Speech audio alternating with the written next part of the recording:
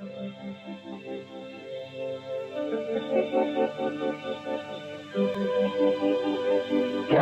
खाक है तेरी जिंदगानी, उठ है गरीब बेनवा। क्या है ये तूने दिल में ठानी, रहे बंदा गुलाम अबदा। आओ हम गुलामी अपनी छोड़े, हो आजाद और रिहा। बदले ये सारी दुनिया बदले, जिसमें ज़ोर जुल्म और जफा। है जंग हमारी आखिरी, जिस पर है फैसला। गाओ इंटरनेशनल, उठो के वक्त आया। है जंग हमारी आखिरी, जिस पर है फैसला। गाओ इंटरनेशनल, उठो के वक्त आया।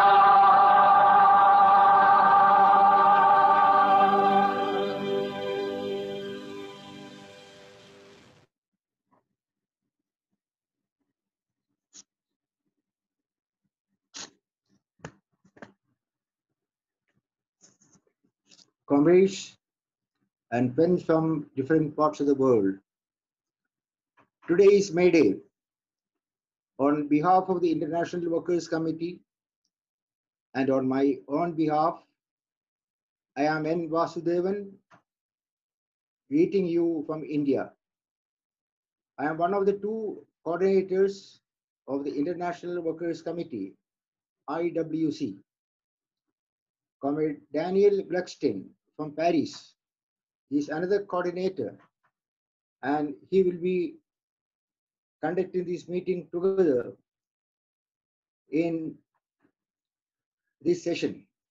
The last Open World Conference Against War, Exploitation and Precarious Labor, organized by the International Workers' Committee in 2016 in Mumbai, was attended by more than 400 trade union and political activists from Asia, Africa, Europe, Latin America, the USA, and Australia. I am happy to say that many participants in this meeting were present at the Open World Conference held in India. Comrades and friends, on this day, on the International Labour Day, workers of the world paid tribute to the martyrs of Haymarket in Chicago, who laid down their lives for the creation of 8-hour working day. Workers in all countries hold the flags dipped in the blood of the working class heroes. For the last 134 years, on Mayday, workers have held rallies and meetings in the streets in all countries, in cities and towns, raising their demands and making declarations to resolutely march forward to uproot the capitalist system of exploitation and create a new social order based on justice, fraternity, and equality. Today, the world is under grip of COVID-19, and workers are forced to depart from the 134-year-old tradition, holding rallies and meetings. Workers are under self-quarantine. On this Mayday, workers everywhere are confined to their homes. They are under lockdown. They are asked to adhere to physical distance, to maintain social distancing in the name of fighting the spreading spree of the dangerous coronavirus. Coronavirus has created conditions of this nature, which we or our forefathers in the past generations have never heard of or experienced. COVID-19 pandemic has already claimed over 100,000 lives world over. The disease is not under control. There is no end in sight. Today's Mayday meeting is unique. Despite heavy odds, workers and political activists from over 45 countries have decided to rally together through this online meeting in the true sense of international working class solidarity to raise a voice of protest against the perpetual negligence meted out to the toiling masses, neglect in providing human conditions of existence, food, shelter, education, and basic health care. The carelessness of the ruling classes has come out in the open as never before. COVID-19 has torn asunder the pretensions of the ruling classes that they have taken steps to protect people at large. All biennial declarations by G7 and G20 heads of governments have turned into worthless piece of paper. People in developed as well as underdeveloped countries are under prolonged lockdown. People are dying in thousands and they are scared to move out of their homes. Many in the underdeveloped countries do not have proper shelters. Those who have no homes are left to meet their fate as it comes.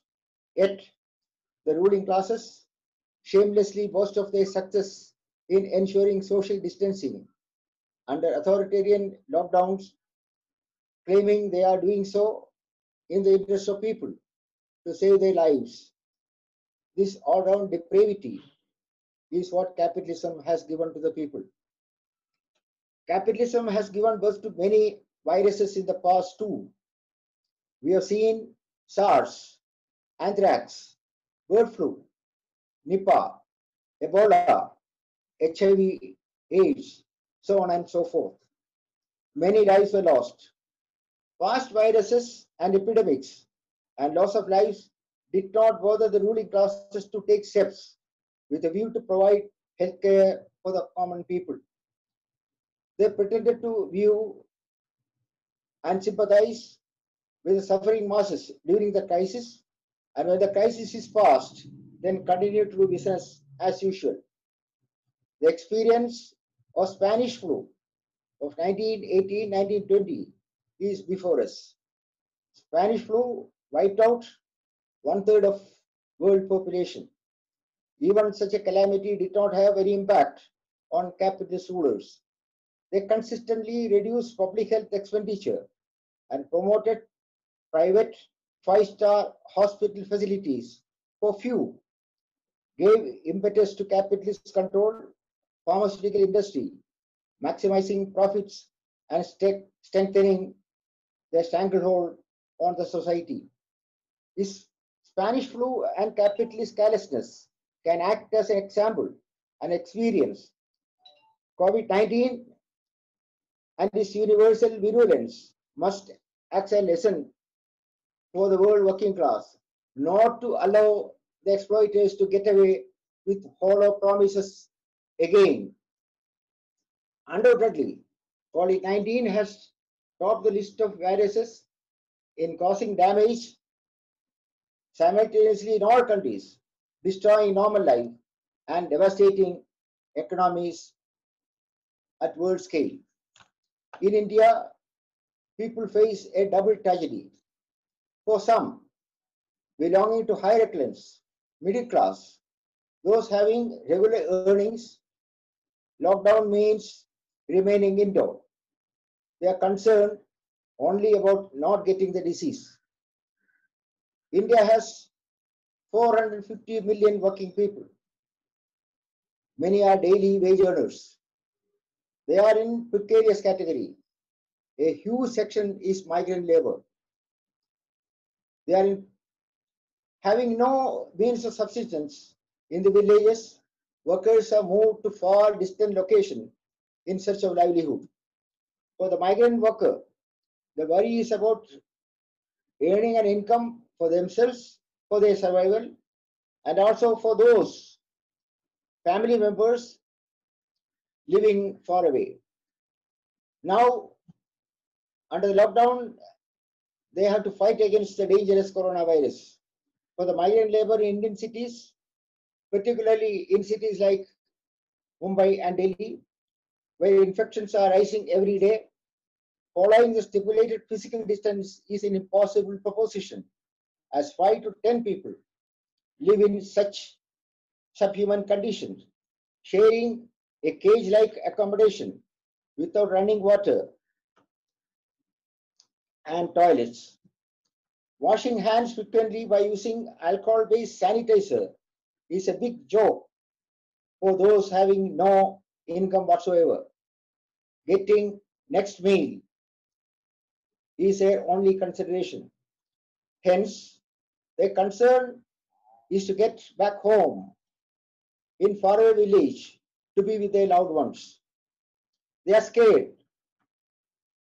The choice before them is death due to hunger, plus corona infection in the cities where they live, or likelihood of survival in the village under the care of the loved ones. Migrant and precarious workers do not have any health coverage. Indian trade unions have pleaded with the government to arrange transportation for workers to reach the villages. Unfortunately, the government at the center refused the plea of the trade unions to allow transport to take workers to the villages. However, the government took steps to bring stranded Indians from abroad, and also during the lockdown arranged transport for children of the affluent families to move from one city to another. Migrant labor did not deserve any empathy. The lockdown was proclaimed with 4-hour notice on March 24.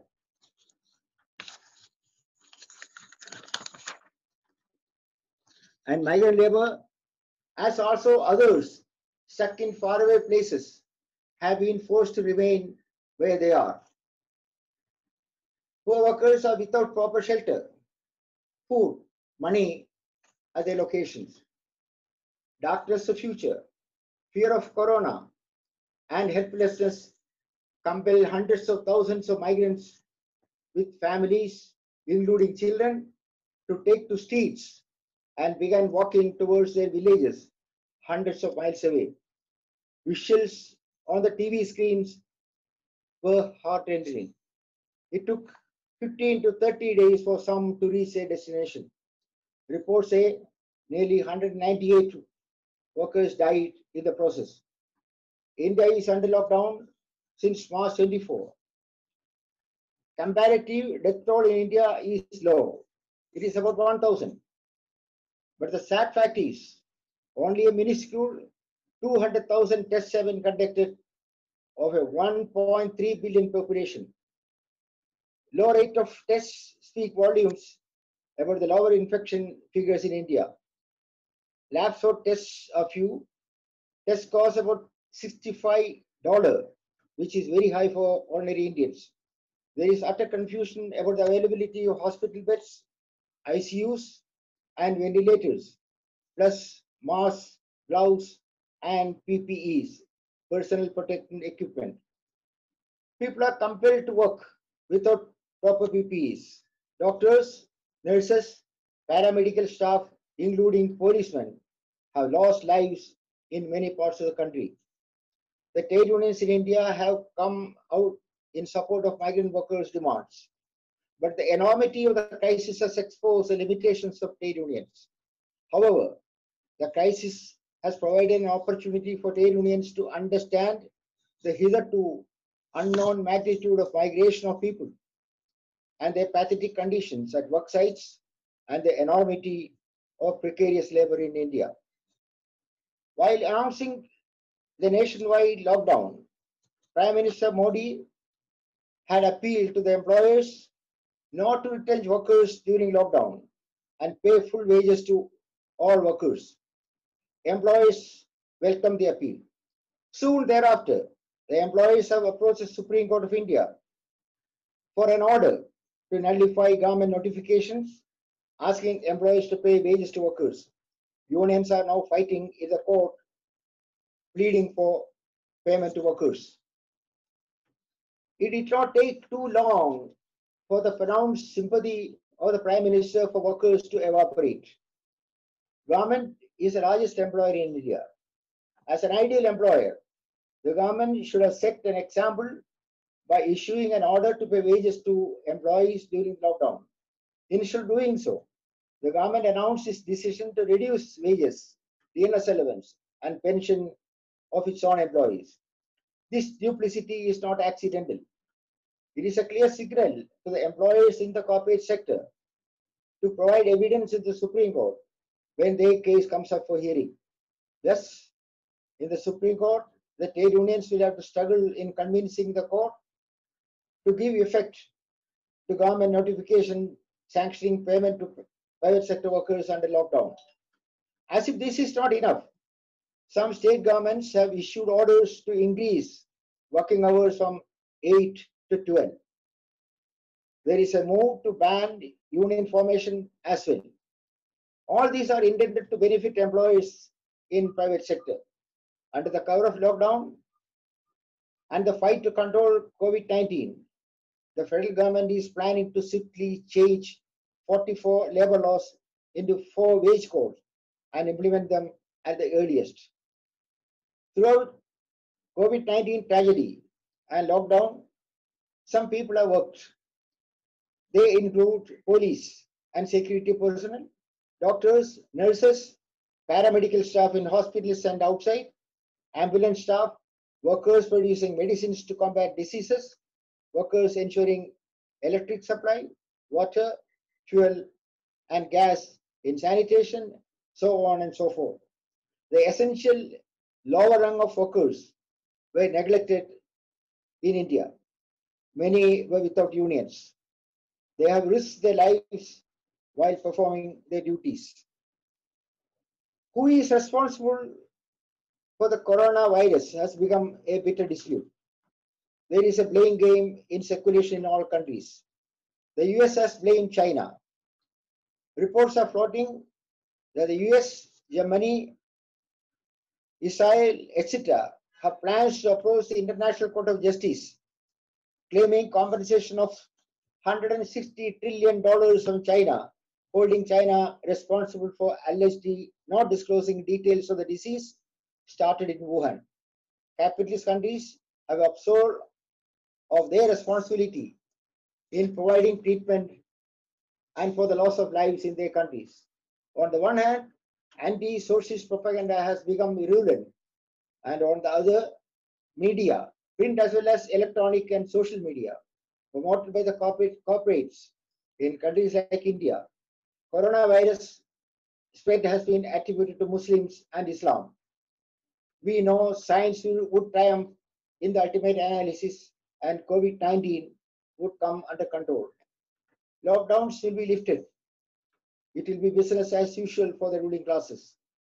But the virus of hatred between communities would continue unabated. Indian economy was in doldrums even before COVID-19. Absence of purchasing power brought production of all items down. The unemployment rate crossed its 45-year-old peak. Mid-2019, people were in the streets demanding constitutionally guaranteed rights. College and university students, youth, women were in the forefront against citizenship discrimination and bifurcation of Kashmir, violating constitutional provisions. They came under brutal police attack. Many liberals were jailed for speaking the truth. Ruling classes everywhere have more or less identified their enemies. Socialists, secularists, progressives, intellectuals, leftists, human rights activists, and class-conscious trade unionists. Workers cannot allow business as usual. Then what's the way out? People's power alone can reverse tragedy. For this to become a reality in India as elsewhere in the world, working class would have to emerge as a class for itself. And what is more, to rise above divisive barriers in order to reconstruct a solid organization nationally and internationally. Comrades, on this Mayday, let us resolve to work in that direction. COVID-19 should not be allowed to be used as a means to get additional dividends to the perpetrators of exploitation. Let us strive to overcome our weakness in order to strengthen our fight against exploitation, injustice, and all shades of unfairness. We are in a world different from 1920s. Spanish flu of 1920 and the enormous loss of to ward off a future epidemic like COVID-19. People must have proper jobs with decent wages, houses, hospitals, schools, healthcare in place. Profit-greedy capitalism, except offering sympathy in turns, has failed in taking any concrete measures in the larger interests of people. Public interests must rise above selfish private motives. World working class has a role to play. That is what has brought us together in this Mayday rally. Hence, on this Mayday, we say in one voice, down with capitalism, down with exploitation, down with war, long live socialism.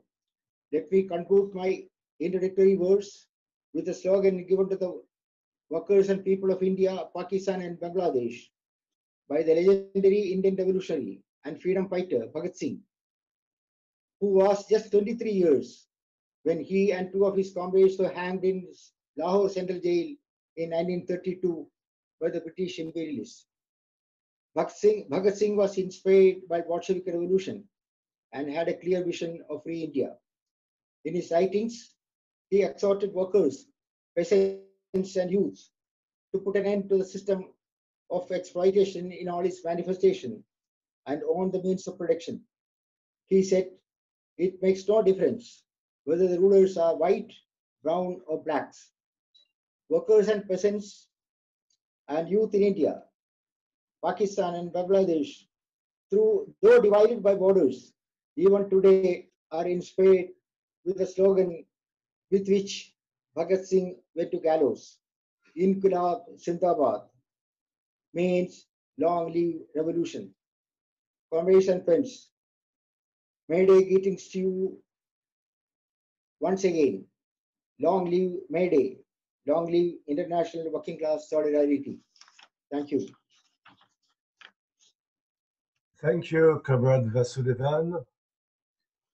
The first speakers are coming from the United States of America, from Argentina, Korea, Belgium, and Greece.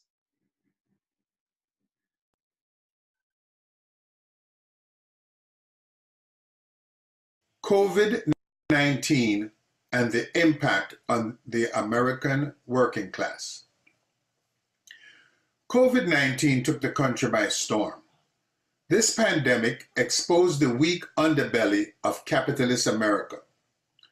This virus revealed the importance of certain sectors of the American working class and the lack of economic advancement available to them.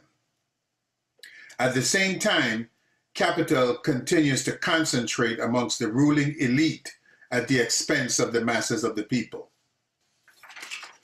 Who knew that cashiers, warehouse workers, and delivery persons would become recognized as essential workers? And how long will that recognition last?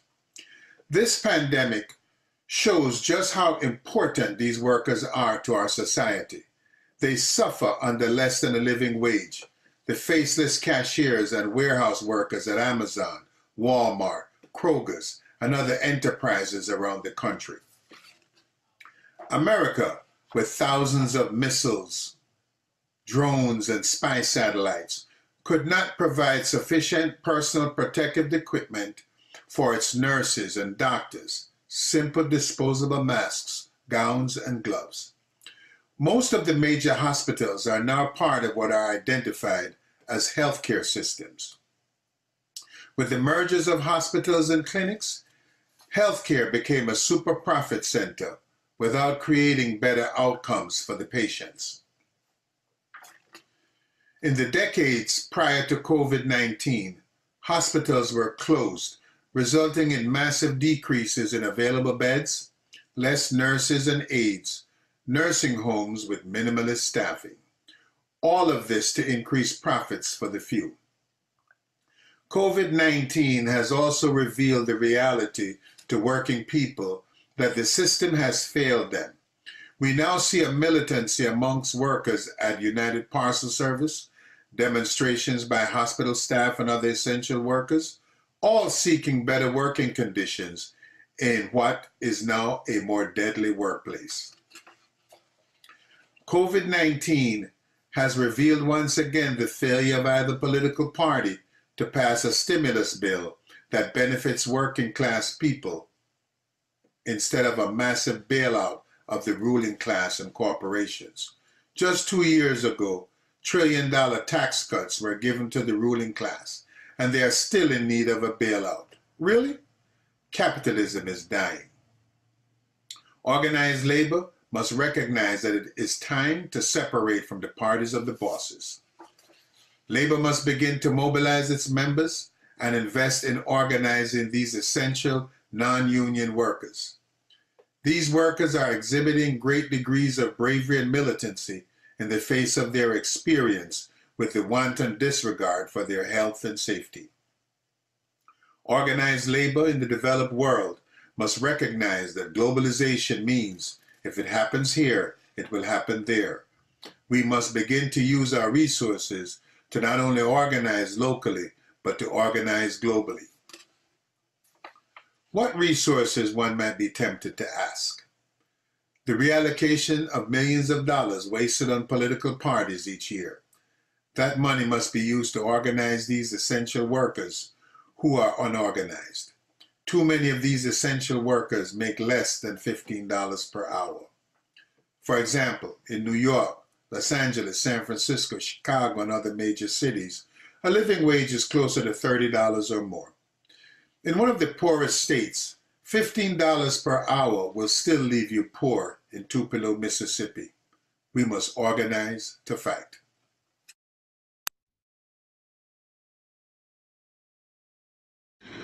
La situación de Argentina no es diferente de la de muchos países denominados economías emergentes. Países vulnerados en sus derechos, pauperizados en sus economías y sometidos a los designios del imperialismo financiero internacional. Desde el punto de vista económico, Argentina está sometido a la carga de una abultada deuda externa que alcanza el 98% de su PBI. Desde la dictadura militar, primera responsable del fenomenal endeudamiento hasta hoy, Argentina ha transitado un vaivén que va del pago incondicional de la deuda a la negociación con más o menos quita de intereses o de capital, pero siempre sobre la base del pago de la deuda. A esta altura resulta obvio para todo el pueblo argentino que la deuda externa es espuria, que ya se la ha pagado decenas de veces, que sobre todo en los últimos 4 años del gobierno Macri, todo lo que se ha tomado de deuda externa pública se ha fugado al exterior. La única solución para que este tema se resuelva es el no pago de la deuda externa, rechazarla por ilegítima, ilegal, inmoral e inhumana y proceder a juzgar a los responsables de la toma de la deuda y de la fuga de capitales. La cuestión de la deuda repercute en el día a día del pueblo argentino, sometiéndolo cada vez más a profundos ajustes fiscales, mientras las grandes capitales concentrados se benefician y hacen negocios endeudando al país y fugando el dinero. Desde el punto de vista social, el gobierno Macri dejó un escenario de un 40% de la población bajo el nivel de pobreza, 9% en situación de indigencia y una tasa de desempleo superior al 10%. El gobierno actual recurre a paliativos en forma de asistencias alimentarias a los más necesitados y alguna ayuda económica a las pequeñas y medianas empresas. Mientras tanto, las grandes empresas como Techín acaban de despedir más de 1.500 trabajadores. trabajadores. Desde el punto de vista político, el mayor problema que enfrentamos en Argentina es la falta de un partido que organice a la clase trabajadora. La característica policlasista del peronismo y la profunda inserción que tiene en la población hace que desde 1945 hasta la fecha el gobierno del país quede a cargo de tanto en tanto de algunas de las diferentes versiones que el peronismo ha podido expresar, desde el neoliberalismo más ortodoxo de Carlos Menem hasta las versiones con un tinte socialmente más popular y económicamente más keynesiano, como el caso de Néstor y Cristina Kirchner. Las condiciones objetivas para un profundo cambio político y social están maduras. Un estallido social es previsible en el mediano plazo. La cuestión es quién podrá conducirlo. Hello, I am Korean activist. I'm grateful to be able to join the World Workers Online Rally for Mayday struggle.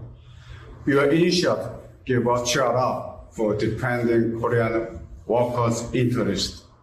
Like other countries, COVID-19 has been hit a lot to Korea, especially as for irregular workers, small business owners, sectors either.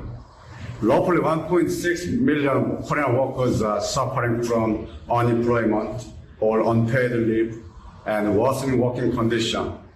Already, many companies are likely to lay off unorganized workers, especially for unorganized workers, and they are deteriorating the working condition, especially for the non-organized sectors and small-sized sectors. The Korean working class in Korea will also fight back for the liberation of the oppressed, exploited workers from all over the world. And you are sending full support your struggles for defending workers' gains achieved so far. Thank you. Bonjour camarades. Je m'appelle Camille, je suis un travailleur infirmier du service public hospitalier en Belgique francophone. Depuis le début de ma carrière, j'ai vu sévir au sein de l'hôpital public les politiques austéritaires qui ont dégradé son fonctionnement et déshumanisé les soins apportés à la population. Les restrictions budgétaires imposées par les gouvernements néolibéraux ont conduit les directions hospitalières et leurs managers à imposer au personnel hospitalier une méthode simple et unique, c'est-à-dire faire toujours plus avec toujours moins. Derrière un discours de modernité et de responsabilité budgétaire se cache la volonté de démunir l'hôpital public de tous ses moyens pour le fragiliser et le livrer à la voracité du marché. Déficit chronique de personnel ou de matériel, explosion des heures de travail, réquisition permanente, impossibilité de soigner chacun comme nous le pourrions. Les conséquences de ces politiques sont dramatiques. Des soignants et des médecins dévoués corps et âme à leur mission de santé publique abandonnent leur carrière, s'épuisent à la tâche ou, dans le pire des cas, se suicident. Nous ne pouvons pas continuer ainsi. Par leurs syndicats ou par des comités d'action, les travailleurs de la santé s'organisent pour porter leurs revendications en Belgique ou en France, par des mouvements de grève qui parfois durent plusieurs mois, par des campagnes de défense du service public hospitalier ou par l'organisation d'assemblées générales. Le monde de l'enseignement public est lui aussi l'objet d'assauts répétés. C'est ce que j'ai pu vérifier au cours des conversations entretenues avec des militants du comité Unité en Belgique. Ils se battent actuellement contre une réforme de l'enseignement nommée ironiquement Pacte d'excellence, dans un contresens digne d'un roman de George Orwell. L'excellence ici est le nom de la restriction budgétaire, de la casse du statut des enseignants et de l'instauration du règne de l'arbitraire dans les écoles. Dans tous ces secteurs, les dégradations induites par le système capitaliste tournent à la catastrophe pendant l'épidémie de coronavirus. Dans les hôpitaux, c'est le manque de lits et de médicaments pour soigner, la contamination et la mort de soignants par le manque de protection, et parfois la terrible décision à prendre pour les médecins de savoir qui sera soigné. Pour les enseignants, c'est la mise en place d'une méthode d'enseignement effrayante, l'e-learning. Nos enfants sont laissés responsables de leur propre éducation, loin de leurs camarades, leurs professeurs, et de la pratique collective de l'apprentissage qui nous est précieuse. C'est pour cette raison que j'ai répondu à l'appel lancé par le comité Unité pour une réquisition des entreprises et de l'appareil de productif industriel, ainsi que des 50 milliards d'euros offerts aux banques par le gouvernement fédéral belge. Cet argent doit servir prioritairement à refinancer les hôpitaux, à produire des masques et des respirateurs artificiels, à organiser le dépistage de la population, mais aussi à interdire les licenciements et les suppressions de postes, à maintenir 100% des salaires et des allocations et à organiser la protection des plus vulnérables. Les travailleurs doivent rester vigilants, car derrière un discours de solidarité, de dignité humaine et de discrédit du néolibéralisme, l'union sacrée proclamée par les partis de gauche comme de droite prend les formes d'une alliance pour sauver les banques et les États capitalistes. La réalité, c'est que les capitalistes sont toujours au pouvoir et feront tout pour y rester. Ils finiront par exiger que les travailleurs remboursent jusqu'au dernier centime de la dette publique qui explose. C'est pourquoi je lance un appel pour tous les travailleurs, ouvriers, employés ou sans emploi, retraités. Il est grand temps de reconnaître à chacun le statut de producteur de richesse et les droits qui lui sont associés. Droit au salaire, droit à la santé et droit à l'enseignement. Ainsi nous affirmerons notre dignité et pour y parvenir, nous orienter vers un nouveau programme politique, celui du socialisme, tout simplement. Vive le 1er mai et vive la Fête internationale des travailleurs. Ναι, είμαι από την Ελλάδα, με λένε Ελένη Πιεροπούλου, είμαι μέλος της Λαϊκής Ενότητας. Η Ευρωπαϊκή Ένωση εδώ και 10 χρόνια έχει επιβάλει στην Ελλάδα σκληρά μνημόνια, με αποτέλεσμα να έχει χαθεί μέρος της δημόσιας περιουσίας, λιμάνια, αεροδρόμια, τηλεπικοινωνίες. Έχουν γίνει μετανάστες ένα πολύ μεγάλο ποσοστό της νεολαίας και ιδιαίτερα επιστήμονες. Έχουν μειωθεί οι συντάξεις 40% με αποτέλεσμα η μεγάλη πλειοψηφία των συνταξιούχων να παίρνει ένα χαρτζηλίκι. Η κυβέρνηση λόγω της πανδημίας έχει φανεί η αδυναμία που επικρατεί στο δημόσιο σύστημα υγείας, χωρίς πολλούς γιατρούς, χωρίς νοσηλευτικό προσωπικό, χωρίς ΜΕΘ. Απ' τη μία λέει η κυβέρνηση να μείνουμε στο σπίτι και η υποκρισία της είναι ότι 30 του μηνός, 30 Απριλίου, πάβει να υπάρχει προστασία της πρώτης κατοικίας, με αποτέλεσμα πάρα πολλοί κόσμος να χάσει τα σπίτια τους και να μείνουν στο δρόμο. Η κυβέρνηση απ' την άλλη κάνει δωράκια στους επιχειρηματίες, σε αυτούς που έχουν τα μέσα μαζικής ενημέρωσης και απ' την άλλη κάνει φοβερή επίθεση σε εργασιακά δικαιώματα όσα αυτά έχουν απομείνει. Οι πρόσφυγες και οι μετανάστες ζουν σε απαράδεκτες δομές φιλοξενίας, συνοστισμένοι, χωρίς τα απαραίτητα είδη υγιεινής για τις ατομικές τους ανάγκες. Η ζωή τους κινδυνεύει και βρίσκεται σε κίνδυνο κάθε μέρα. Όπως πάνε τα πράγματα, φαίνεται άλλη μια φορά ότι η κυβέρνηση επιχειρεί την κρίση αυτή πάλι να την πληρώσουν τα λαϊκά στρώματα και να μην ακουμπήσει καθόλου το κεφάλαιο. Αυτό βέβαια είναι στο χέρι του λαού να το αποτρέψει. Καλούς αγώνες πανευρωπαϊκούς για μια καλύτερη ζωή για όλους. The next 5 speakers in Israeli are comrades from Mexico, Pakistan, Senegal, Portugal, and Belarus.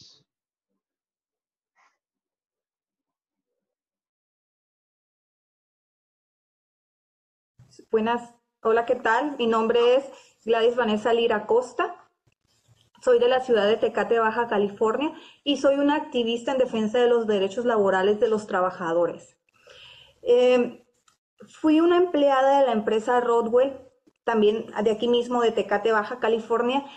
Presté mis servicios por 15 años, pero fui víctima de los abusos de esta empresa, pues fui despedida por luchar por los derechos de nosotros, los trabajadores, dentro de ella. Sin embargo, en estos tiempos del COVID, las empresas han abusado, ya que se dicen ser que son esenciales, lo cual no lo son.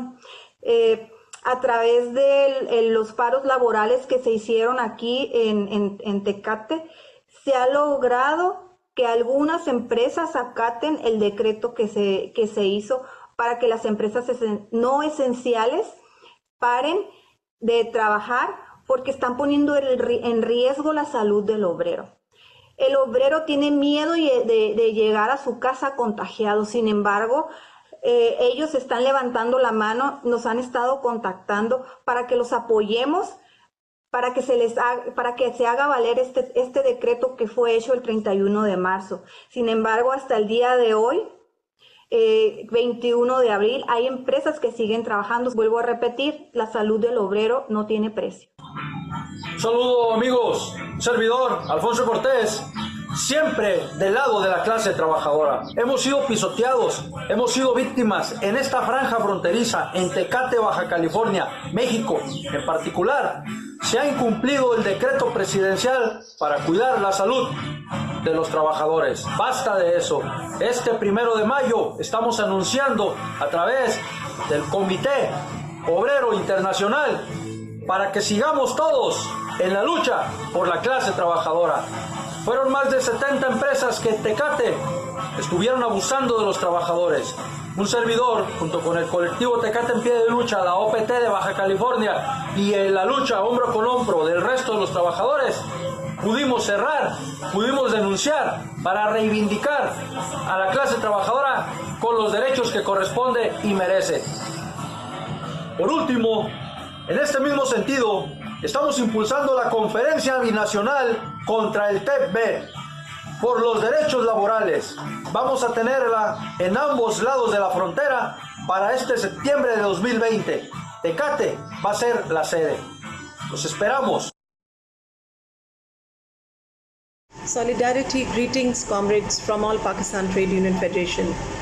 I salute to all international comrades struggling and fighting to get and secure the rights of the working class. Comrades, friends, as we all are aware that COVID-19 is a pandemic virus which is spread and hits mostly the working class all over the world. The whole world have seen how badly USA, the imperialist capitalist country, handled the situation where more than 40,000 people died and nearly 1 million were hit by the coronavirus. Why the puppet governments are unable to handle it? Because the entire worker policies of the privatization of the public health system create more deaths. What is the situation in Pakistan, in my country, where the 69% people living under the poverty line? The minimum wage is rupees 17,500 per month. If I convert it in US dollar, which is 109, and the daily earning is 3.62 US dollar. Many people have no drinking water. The capitalist puppet governments are not paying attention to the working class issues, denying the workers basic rights, denying secure jobs. Privatization of state-owned company results in no implementation of labor laws, no social security for everybody, and no living wage. There is no labor inspection, restriction on trade union freedom, no statistics on workers working as daily wages, temporary or contract base available. Women have no equal rights according to ILO Convention 100, which is not implemented, which says equal remuneration for equal work. There is no legislation for agriculture workers. Multinational companies are snubbing the rights of the working class. No land reforms, and the capitalist imperialist government policies are pushing us on the walls. Friends, All Pakistan Trade Union Federation is a national level trade union federation which mobilizing the working class, forming trade unions in different industrial units, holding assemblies, rallies, protest meetings in all over the country to defend the rights of the lives of their jobs of the working class. To stop capitalist and imperialist anti-worker policies, we, the international working class, are holding a rally on May 1st, International Labour Day. As a trade unionist and activist, we the workers, the peasants, the teachers, the doctors, the journalists, loud our voice together with our international working class comrades that Corona struck the countries in whole world, but will not stop the struggle of the workers international for the acceptance of their demands. Long live working class, long live international solidarity.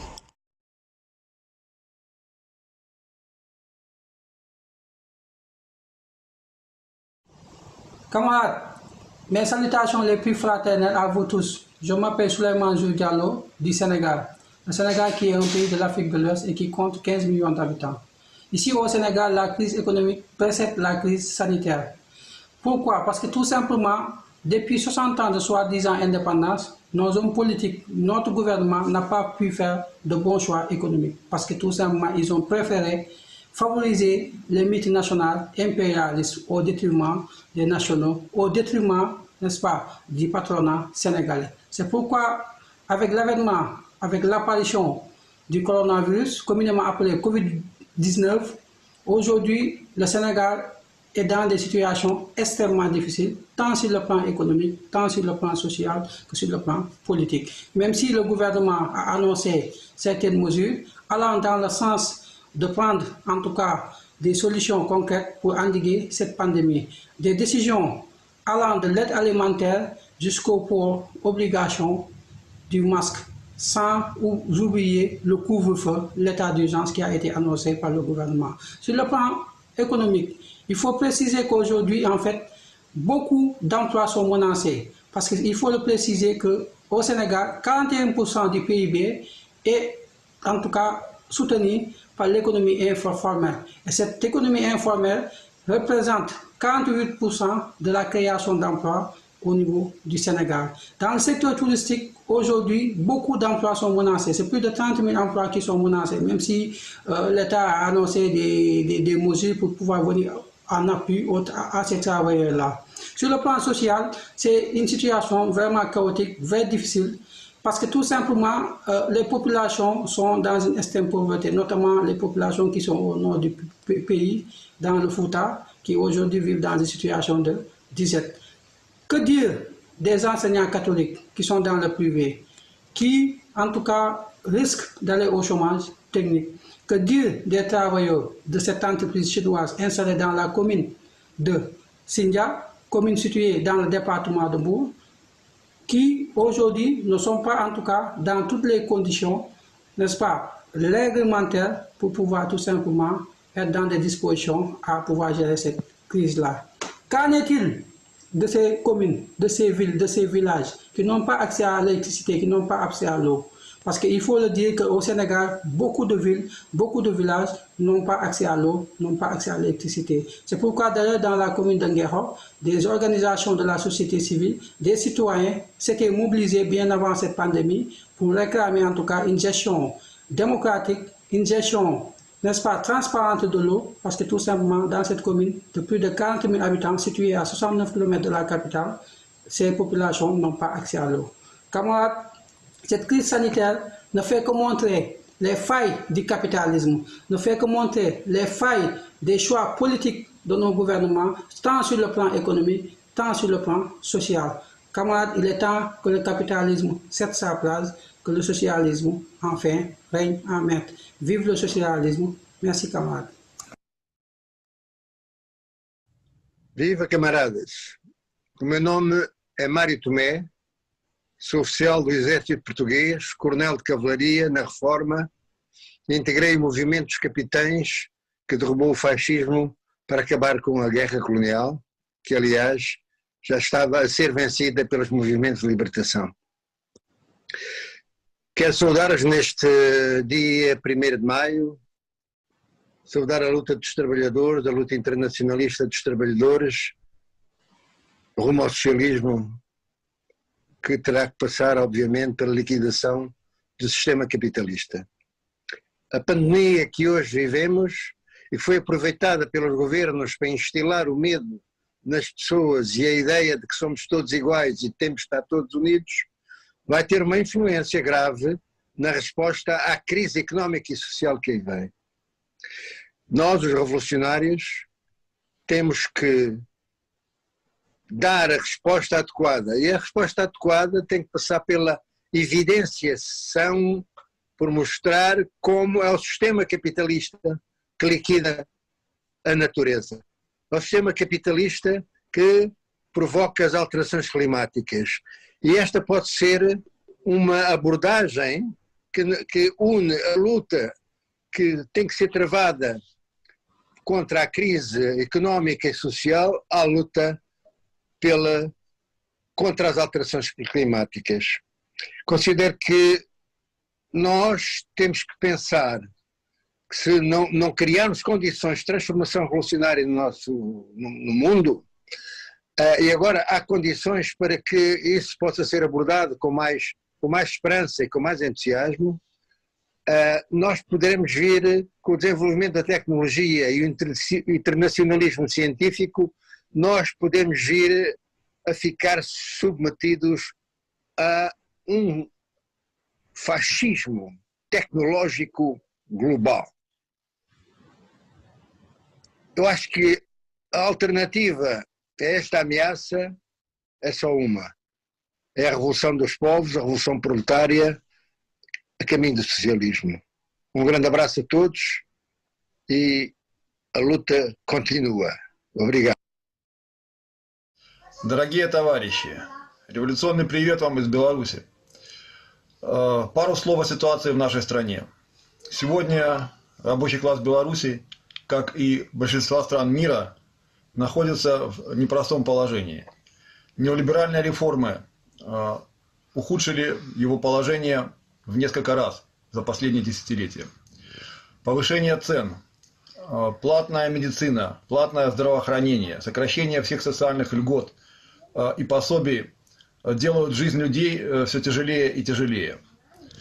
На фоне коронавируса и глобального экономического кризиса эта ситуация в последние недели только усугубляется.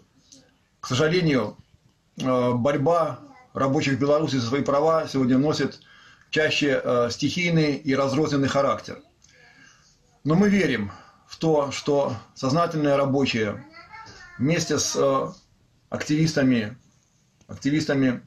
международного революционного движения смогут в ближайшее же время поднять эту борьбу на новый уровень классовой сознательности и самоорганизации.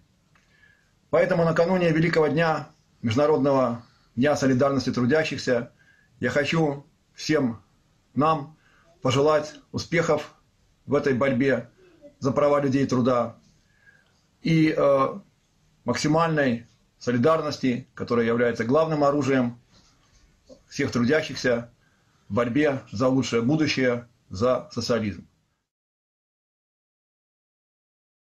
Thanks to Comrade Glushakov.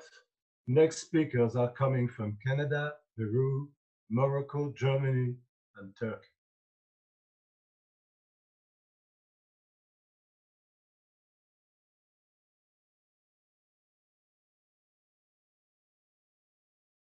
Good day, brothers and sisters, comrades and friends. Fraternal greetings from the Canadian state.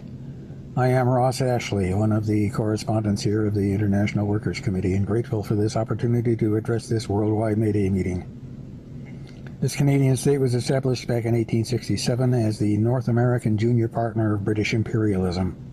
Over the last century and a half, it has graduated to being a junior partner of American imperialism, having some public reservations about, for example, the embargo of Cuba, but ready to second American foreign policy in Venezuela. A lot of financial assistance from the federal and provincial governments is being directed to the big capitalist companies and corporations in order to keep the capitalist economy running. For example, the gigantic Amazon Corporation has been hired by the federal government to deliver protective equipment and treatment devices to hospitals across the country rather than using Canada Post. On the other hand, a massive bailout of the big oil companies has been shelved, at least temporarily, in favor of a scheme to help pay for cleaning up old oil wells. This is due to a massive public pressure campaign. As for the condition of the working class as a whole here, precarious work is more dangerous than ever. Food delivery services to those who can shelter at home, for example, are getting nearly as dangerous as caring for elders and disabled persons in long-term care homes. The hardest hit segment of the population all across the country has been those elderly and infirm residents of the long-term care homes, especially homes for the aged. Nearly half of the COVID-19 deaths in Ontario have been in nursing homes. The vast majority of personal support workers in those homes are hired part-time by the private operators and must work in 2 or 3 such places to make enough to live. That has contributed to spreading the virus from one hotspot to another. This is exacerbated by a lack of any stockpiles of personal protective equipment, from simple medical surgical face masks to N95 particulate masks to sufficient disposable gloves to keep from using them on patient after patient. The provincial government here absolutely refuses to take over even the worst of those nursing homes, although they have finally mandated that the workers can only work in one home each, and suggested that their pay ought to be boosted to full-time levels. And of course, those workers themselves have started to sicken and die. In Quebec, a rumor was floated that the Coalition Action Québec government was going to start to reopen the schools in May. The teachers' unions have organized a petition drive online and got over 175,000 signatures in 2 days against this plan. It has now been shelved by Premier Legault. There have been many spontaneous walkouts, wildcat strikes among unionized workers in the public and parapublic sectors, particularly demanding good protective equipment, for example, for bus and streetcar drivers, hospital and nursing home cleaners, etc. The Labour-based New Democratic Party has a spotty record of both collaboration with the bosses' parties and some opposition to some of the worst practices of the provincial and federal governments. Overall, however, the party champions the virtues of collaboration with the big corporations against the enemy, COVID-19. Workers, youth, and mankind must be saved. Not the banks, not the capitalists, not their profits. Our struggle continues.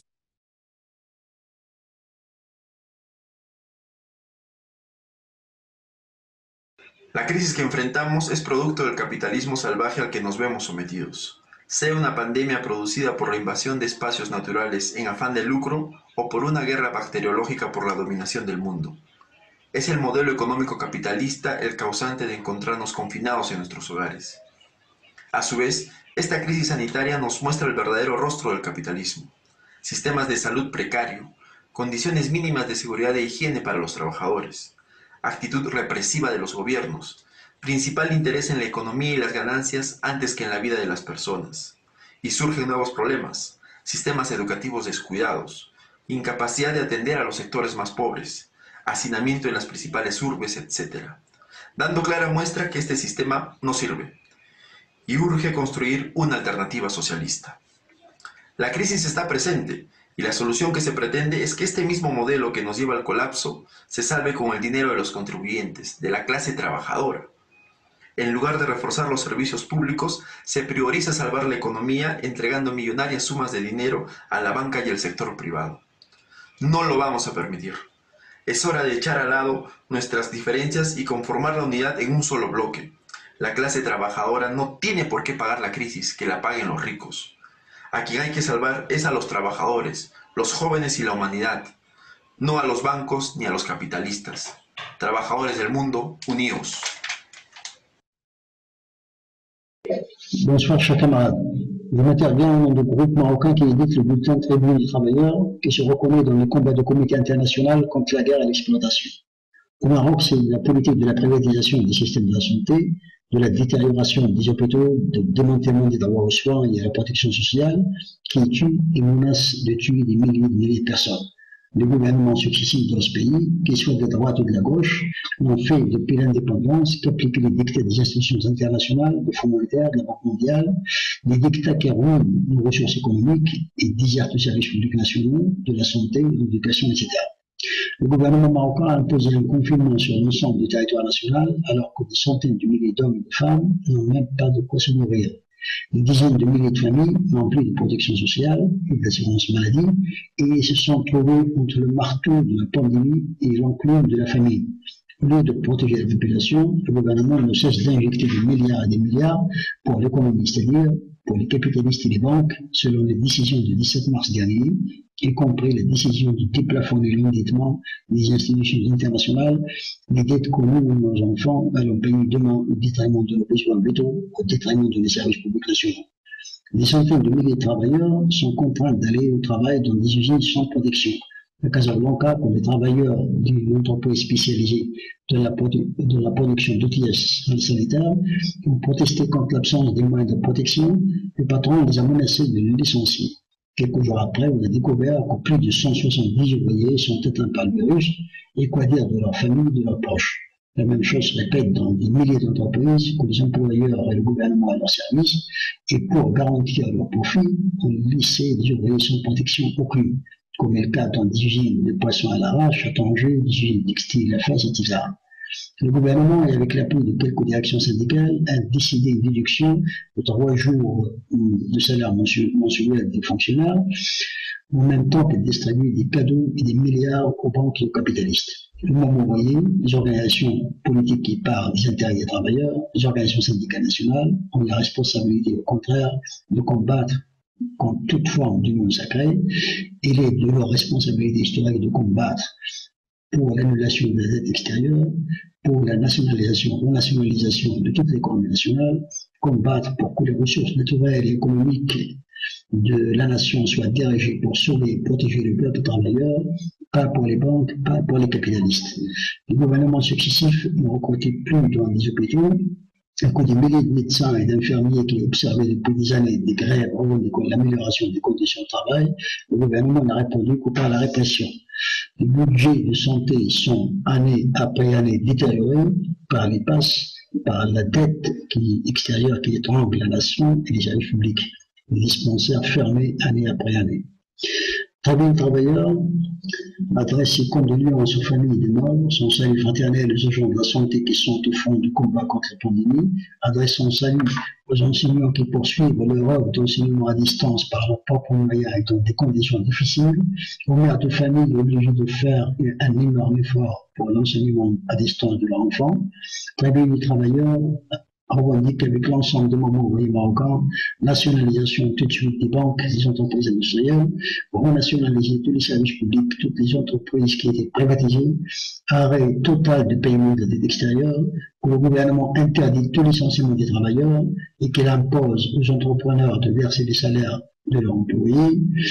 Il vient en aide aux parents d'élèves pour l'octroi par l'octroi des ordinateurs, des téléphones, de Wi-Fi pour suivre les cours à distance, l'argent pour les hôpitaux, pour la recherche scientifique et les services publics, pas pour les banques et les capitalistes. Libération immédiate de tous les empoisonnés politiques, à commencer par les militants de Hirak de Rif, pour l'Assemblée constituante souveraine sur la sélection qui peut mettre une politique qui sauve la population, abat la barbarie capitaliste, vive l'international ouvrière, vive la solidarité ouvrière internationale. Merci, camarades. Hallo, mein Name ist Andreas Gangel. Ich arbeite bei Amazon Bad Hersfeld als Versandmitarbeiter. Ich bin Verdi Vertrauensmann, Mitglied der Streikleitung und Nachrücker im Betriebsrat. Wir befinden uns seit über 7 Jahren im Arbeitskampf um einen Tarifvertrag. Amazon verweigert sich bis heute, mit uns Gespräche zu führen. Einen internationalen Arbeitskampf kann nur mit einer weltweiten Organisierung der Amazon-Arbeiter erfolgen, mit weltweiten Aktionen in jedem Land. Man muss verhindern, dass Amazon möglich ist, seine Arbeiter in den einzelnen Ländern gegeneinander auszuspielen, indem es Aufträge jederzeit dorthin verlagert, wo keine Aktion stattfindet. Daher haben wir uns sehr schnell damit begonnen, uns international zu vernetzen. Wir begannen 2015, uns mit polnischen Kollegen zu treffen. Dann kamen die Franzosen hinzu. Daraus entstand ein internationales Treffen aus mehreren Ländern, was alle halbe Jahre stattfindet, zuletzt in Madrid. Dabei haben wir gemerkt, dass die Probleme überall die gleichen sind und wir entwickelten den Slogan Same Struggle, Same Fight, Workers of the World, Unite. Diese Solidarität ist wichtig im Kampf gegen einen internationalen Riesen wie Amazon. Denn inzwischen geht Amazon auch vor gegen die Organisatoren der Arbeitskämpfe. Sind wir in Deutschland noch recht geschützt durch Gesetze, sind in den USA gerade 3 Kollegen gefeuert worden. Christian Smalls in New York, Maren Costa und Emily Cunningham in Seattle. Ihnen gilt meine Solidarität. Lasst uns gemeinsam für die Rücknahme der Kündigungen kämpfen. Diese Solidarität gilt es aber auch zu zeigen gegenüber Arbeitern anderer Unternehmen und in anderen Ländern. Gerade der 1. Mai ist ein symbolisches Datum der Solidarität und für den Kampf um den 8-Stunden-Tag, den uns Regierungen und Konzerne nun nehmen wollen. Das können wir nicht zulassen. Hier müssen wir uns vereint zur Wehr setzen. Leider können wir uns aufgrund der Corona-Pandemie nicht direkt treffen. Auf diesen Austausch hatte ich mich sehr gefreut. Hatte ich doch im Vorfeld gerade meine britischen Kollegen zu einer Vernetzung aufgerufen. Doch diese Pandemie ist hoffentlich bald vorbei und wir können dieses Treffen nachholen. Bis dahin wünsche ich euch alles Gute und lasst uns solidarisch zusammenstehen, weltweit im Kampf um unsere Rechte als Arbeiter. Dostlar, arkadaşlar, yoldaşlar, merhabalar. Bizler Türkiye'den İşçinin Kendi Partisiyiz. Bizler haksızlığa, hukuksuzluğa, ayrımcılığa, eşitsizliğe, taşeron çalışmaya ve zalimlerin zulmüne karşı yıllarca süren bir mücadele yürütüyoruz. Bizler bu mücadele yüzünden çalışma hayatımızda işimize son veriliyor. Baskılara ve tehditlere maruz kalıyoruz. Hak mücadelesi verdiğimiz için hakkımızda keyfi soruşturmalar ve davalar açılıyor. Davalar yıllarca sürüyor. Davaları kazansak bile işe iademiz gerçekleşmiyor. Bizler mücadelemizi artık sadece ekonomik alanla sınırlı tutamayacağımızın bilincine vardığımızdan beri ülkemizde büyük bir işçi partisi inşa etme faaliyeti sürdürüyoruz. Farklı iş kollarında mücadele yürüten işçiler olarak İşçinin Kendi Partisi'ni bu yüzden kurduk. Kendilerini sağ ya da sol partilere yakın hisseden bütün işçilere sesleniyoruz. Tüm mücadeleci işçileri ve tabii bütün işçi akımlarını ve işçi sendikalarının kapitalizme gerçekten karşı olan ve mevcut hükümetlerle onların partilerine bağımsız böyle bir partide sağ tutmaya çağırıyoruz. İşçi sınıfları büyük patronların çıkarlarını gözeten hükümetlerle işbirliği yaparak milli birlik hükümetleri kuramazlar. Yaşadığımız salgın karşısında zenginlerle yoksullar aynı gemide değiller. Kendimizi aynı gemide sanırsak celladımızın eline idam ipimizi vermiş oluruz. Bizi kurtaracak olan kendi sınıfımızın bütün ezilenlerle birlikte kuracağı ittifaktır. Yaşasın işçi sınıfının dünyanın bütün ezilenleriyle kuracağı ittifak. Büyük insan medeniyetini kurtaracak olan sadece budur. Patron hükümetlerinin politikalarına son vermek için İşçinin Kendi Partisi olarak sınıf mücadelesi veriyoruz. Koronavirüs pandemisinin bize gösterdiği gerçek kapitalist düzenin iflas etmiş olduğudur. Hatta bu onun en çürümüş biçimi olan emperyalizmin iflasıdır. Ama bu iflas eden emperyalizmin yerine biz de insanlığı kurtaracak bir başka yönetimi harekete geçirmeliyiz. Bu başka yönetimin yolu da ancak dünyanın bütün ülkelerinde işçi sınıfı iktidarlarını kurmaktan geçiyor. Yani büyük üretim araçları üzerindeki özel mülkiyete son verecek işçi sınıfı iktidarları. Bu olmadığı takdirde kapitalizmin yıkımından ancak emek sömürüsü ve daha doğrusu vahşet çıkar. Bu yıkımı, bu vahşeti engellemenin tek yolu her ülkede kitlesel büyük bağımsız işçi partileri oluşturmak ve bu partilerin bir araya gelmesiyle de İşçilerin Dünya Partisi'ni inşa etmektir. Nasıl koronavirüsle mücadele dünya çapında bir mücadele ise kapitalizme karşı işçi sınıfının iktidar mücadelesi ve evrenseldir. Ve bir Dünya Partisi gereklidir. Kapitalistlerin Dünya Partisi ve G7'leri, G8'leri varsa bizim de Dünya Partimiz olmak zorunda. Sermaye sahipleri kendi çıkarları için her koşulda birleşebiliyorlar. Bizler de her koşulda birleşmemiz gerekiyor. 1 Mayıs vesilesiyle yaptığımız bu toplantıda 3 sene önce Hindistan'da Mumbai'de yaptığımız toplantının devamıdır. Ve bu toplantıda daha hızlı adımlar atmamıza imkan sağlamalıdır. Çünkü vahşet felaketi kapımıza dayanmış durumda. Hepinizi işçi sınıfının sömürüye, savaşlara ve kuralsız çalışmaya karşı mücadelesinde bir araya olmaya çağırıyoruz. Yaşasın 1 Mayıs. Bu düzeni ve sistemi hep birlikte değiştireceğiz. İşçi sınıfın iktidarını kuracağız. Yaşasın işçi sınıfının Dünya Partisi için mücadeleye.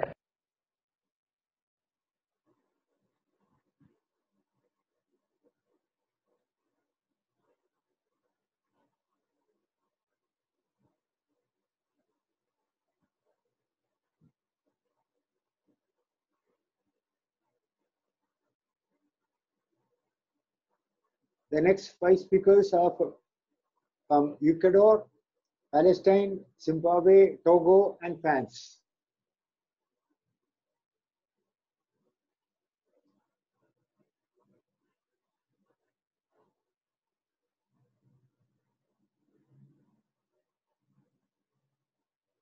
Reciban un fraterno saludo de parte del camarada Pepe, ex responsable sindical del sector eléctrico ecuatoriano.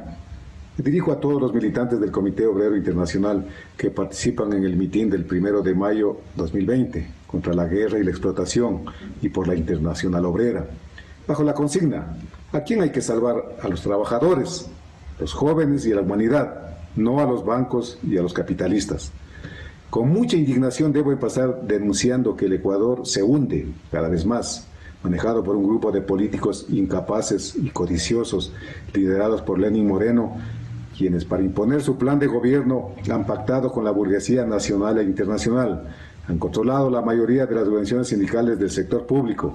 Es así que el propio gobierno ha nombrado a pseudo dirigentes, violando la libertad y autonomía sindical, dirigentes que han sido cooptados a cambio de la entrega de prebendas personales. Es así como el gobierno de Moreno ha desmovilizado y amordazado al movimiento sindical, desbrozando el camino para la imposición de las políticas dictadas por el FMI y el Banco Mundial. Despidos masivos de trabajadores, desmantelamiento de los servicios públicos, todo esto para precautelar sus afanes privatizadores, es decir, defender sus intereses personales y de grupo. Es por ello que en el mes de octubre de 2019 se produjo un levantamiento iniciado por el movimiento indígena, mismo que fue apoyado por la gran mayoría del pueblo ecuatoriano. El levantamiento se produjo contra las drásticas medidas económicas tomadas por el gobierno. De su parte, y como no podía ser de otra manera, las cámaras empresariales, los grandes medios de comunicación, los militares y policías juntos con el gobierno se presentaron como un sólido bloque de poder. Así atacaron a los movilizados con una violencia inusitada, solo vista en regímenes dictatoriales, dejando una secuela de muertos, heridos, desaparecidos, encarcelados, todos del lado del pueblo. Pero ni todo el poder del Estado ni la salvaje represión hicieron retroceder el descontento de un pueblo que se cansó. La subida de los precios de los combustibles y con ello la subida de los pasajes y los alimentos, sumado a la falta de trabajo y empleo, hicieron que la gente se tomara las calles y plazas del país. El gobierno no tuvo otra salida que aceptar la derogatoria del decreto causante de la crisis. Así el pueblo reivindicó en la práctica que la lucha y la unidad de clase son las únicas armas que podemos blandir contra un Estado y un gobierno opresor, contra la clase empresarial que no entiende nada de justicia ni de democracia y que su único objetivo es llenarse sus bolsillos a costa de la opresión y el sufrimiento de las grandes mayorías. Es en estas condiciones donde el servicio público de salud ha sido desmantelado a causa de los masivos despidos y la falta de entrega de recursos que aparece la pandemia causada por el virus COVID-19, misma que por la ineptitud y falta de previsión de las autoridades de turno al momento ha hecho colapsar los servicios de salud. Es así que se calcula que solo en la ciudad de Guayaquil el virus ha matado a más de 10.000 personas. Aprovechándose del confinamiento obligatorio y la desmovilización del movimiento sindical, la única respuesta que el gobierno ha tomado es el anuncio de la imposición de nuevas medidas económicas, es decir, más despidos de personal del servicio público, disminución de sueldos y salarios, eliminación de subsidios de los combustibles, etcétera, etcétera. Es decir, nuevamente se pretende que la crisis sea pagada por los trabajadores y el pueblo. بمناسبة الاحتفال هذا اليوم بعيد العمال العالمي، أتوجه للطبقة العاملة في العالم أجمع بالتحية، وتحديدا للطبقة العاملة الفلسطينية التي تعاني من ظروف استثنائية تحت ظل الاحتلال الإسرائيلي وسياسات الأبارتهايد الإسرائيلية، كما تعاني من القمع الدائم والمتواصل من قبل سلطة فلسطينية، سلطة تمثل مصالح البرجوازية الرأسمالية المحلية ولا تكترث إطلاقا بمصالح الطبقة العاملة. إذن تحية لكل عمال العالم وتحية للطبقة العاملة الفلسطينية في ظل هذه الظروف الصعبة لانتشار الوباء، وباء كورونا. وهنا لابد أن أتحدث عن وباء كورونا والطبقة العاملة الفلسطينية. في 10 مارس أعلنت إسرائيل إقفال كامل لكل المعابر والحدود مع الضفة الغربية، واشترطت على العمال وهم عشرات الآلاف قد يبلغون حوالي 100,000 عامل فلسطيني يعملون على الجانب الآخر من الخط الأخضر، اشترطت عليهم البقاء في أماكن عملهم لمدة شهر على الأقل دون أن توفر لهم مكانا ضمانا للعيش الكريم ودون أن تعمل على تحسين شروط استقبالهم. السلطة الفلسطينية قبلت بهذا الاشتراط الإسرائيلي، وذلك لتخفيف الضغط الاجتماعي الذي تمثله سياسات الاحتلال كما تمثله السياسات القمعية للسلطة، إضافة إلى الأزمة الاقتصادية الخانقة. إذن كان هناك مصلحة فلسطينية رسمية ومصلحة إسرائيلية لاستغلال العمال وإبقائهم في هذه الأماكن. ما هو جديد فعلا وما هو يستحق الذكر هنا أن السلطة بدلا السلطة التي رحبت ببقاء العمال في أماكن عملهم في إسرائيل بدأت الآن تتهمهم بنقل العدوى، عدوى كورونا، إلى مناطق الضفة الغربية، وهم لذلك ليس مرحبا بهم من قبل السلطة التي قامت ببعثهم لكي يعملون في القطاع الصناعي والزراعي الإسرائيلي، وتحديدا في قطاع البناء. العمال الفلسطينيون في الجانب الآخر من الخط الأخضر يعملون في ظل شروط صعبة.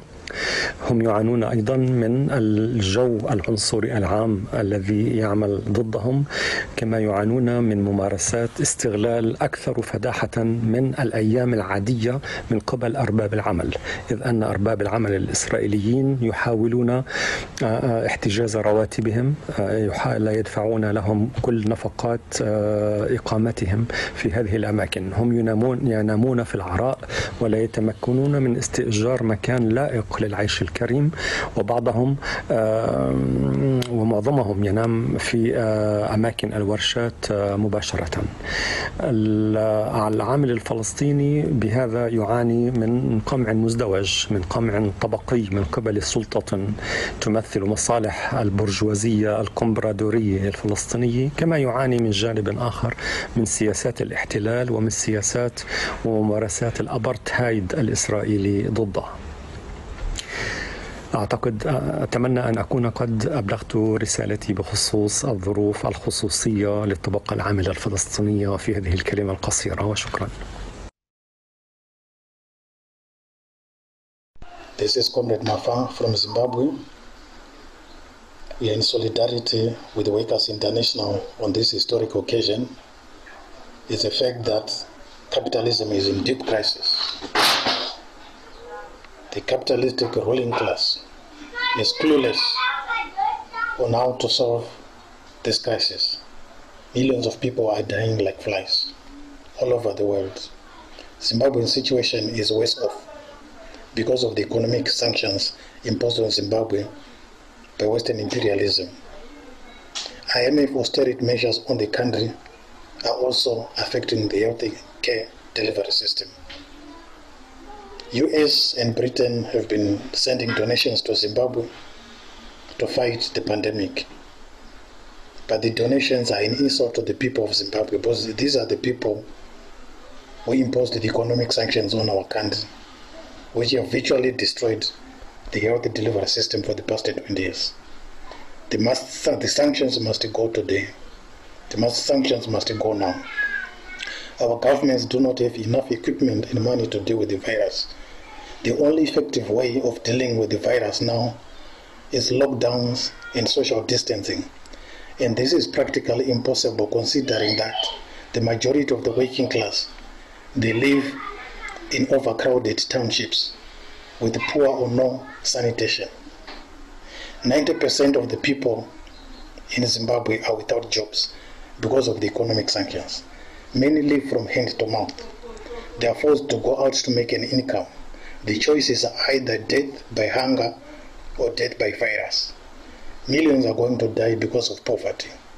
The crisis has proved that there is no future without socialism. No socialism without a revolution. No revolution without a Workers' International Party. We demand the immediate removal of sanctions on Zimbabwe, Cuba, Iran, Venezuela, and North Korea to allow these countries to fight the virus. Africa is not a laboratory for testing vaccines. We demand immediate cancellation of all government debt in Africa. We demand expropriation of all banks, land, and abolition of the stock markets. We demand free water, electricity, health care, and education for all. Bonjour ou bonsoir à tous ceux qui participent à ce meeting international du 1er mai. Pourquoi assiste-t-on à une hécatombe en Europe et aux États-Unis? Cette situation est une conséquence de la politique qui a été menée, politique de réduction du nombre du personnel soignant, des personnels soignants, réduction de lits d'hôpitaux, réduction d'équipements. Cette politique est une réplique de ce qui se faisait depuis des décennies en Afrique de l'Ouest sur la base d'une décision prise à une réunion tenue à Bamako dans les années 1980 et qui est connue sous le nom de Initiative de Bamako, politique qui avait pris une décision que désormais toutes les dépenses de santé, la politique de santé et d'éducation doit être laissée à la charge des communautés. C'est-à-dire que les États, pour dégager les fonds, pour pouvoir rembourser la dette, ne doivent plus investir ni dans la santé ni dans l'éducation. C'est cette politique-là qui a été menée longtemps en Afrique et qui a laissé les hôpitaux et les centres de santé africains dans un état de délabrement total où il est rare de trouver un scanner dans les hôpitaux africains, il est rare de trouver un appareil respiratoire. Donc, on peut conclure qu'on ne meurt pas en Afrique de l'Ouest du Covid-19, mais on meurt de toutes les autres maladies que l'initiative de Bamako avait privé les populations de moyens de pouvoir les traiter. On meurt de la situation de délabrement de l'économie où la situation normale c'est le chômage et la situation exceptionnelle c'est le fait de trouver un emploi. Donc on a cette situation où les gens, à cause de la réduction de l'économie, de l'activité économique, se retrouvent dans une situation dramatique puisque 70% des travailleurs dans le pays, en Afrique de l'Ouest, travaillent, en tout cas gagnent leur vie dans l'informel, c'est-à-dire avec des petits boulots où on gagne au jour le jour de quoi survivre. C'est ce qui se passe en Afrique. Donc décider le confinement, décider la réduction de l'économie, de l'activité économique, sans tenir compte de cette réalité-là, ben, c'est condamner un ensemble de gens, condamner des familles entières à la famine. Voilà la situation telle qu'elle se présente en Afrique de l'Ouest. Vive le comité ouvrier international pour l'internationale ouvrière. Bonsoir. La situation des travailleurs dans les pays capitalistes comme la France ressemble de plus en plus à ce qui a été décrit par les camarades des pays dits pauvres. Le gouvernement Macron saisit l'occasion du coronavirus pour déclencher une offensive sans précédent contre les travailleurs et la jeunesse. Un quotidien patronal parle d'un tsunami de licenciements, évoquant des centaines de milliers, voire des millions de suppressions d'emplois dans les semaines et les mois qui viennent. Plus d'un travailleur sur deux dans le privé est au chômage partiel et voit son salaire largement amputé. Le gouvernement multiplie les ordonnances qui remettent en cause les règles collectives. L'une des dernières permet aux patrons d'individualiser les règles du chômage partiel.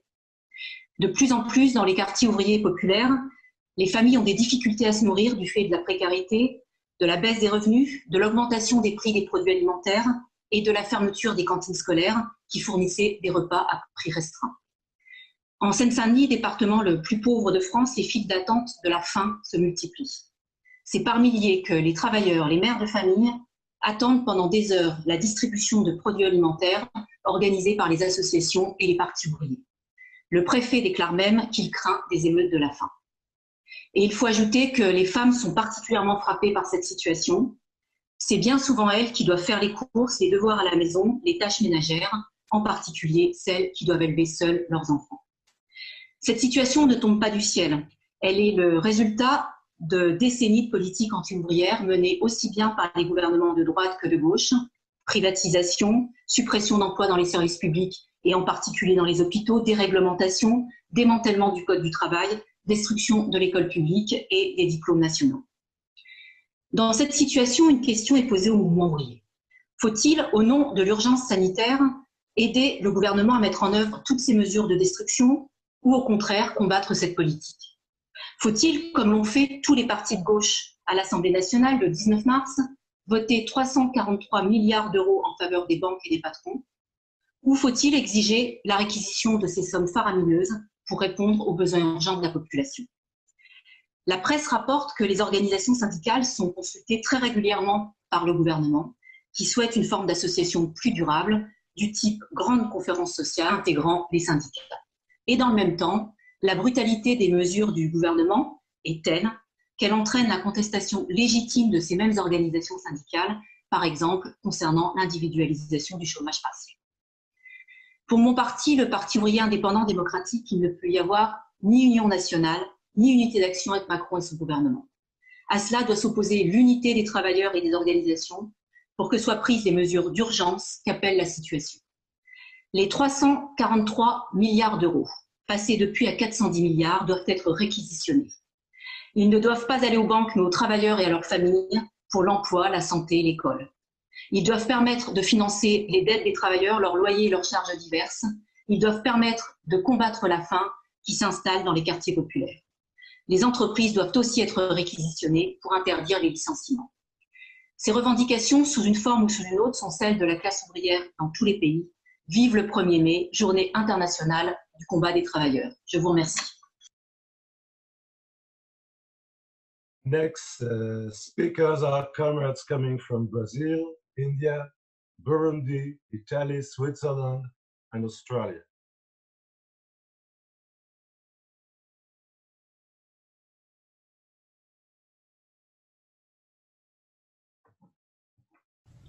Os trabalhadores brasileiros têm muito pouco a comemorar nesse 1º de maio de 2020. Desde o golpe de 2016, que retirou do poder a presidenta democraticamente eleita Dilma Rousseff, uma série de ataques à classe trabalhadora foram colocados em prática pela extrema-direita do país, que usurpou o poder e colocou em pauta uma agenda neoliberal e de Estado mínimo. Essa política promoveu e promove o desmonte das conquistas sociais dos trabalhadores brasileiros, que levaram décadas para serem conquistadas. Com a eleição de Bolsonaro em 2018, que contou com o apoio da grande mídia e dos setores mais conservadores da nossa sociedade, os ataques aumentaram ainda mais, com privatizações, terceirizações, cortes de investimentos na área de educação e reformas trabalhista e previdenciária. O futuro dos trabalhadores e de seus empregos no Brasil é incerto.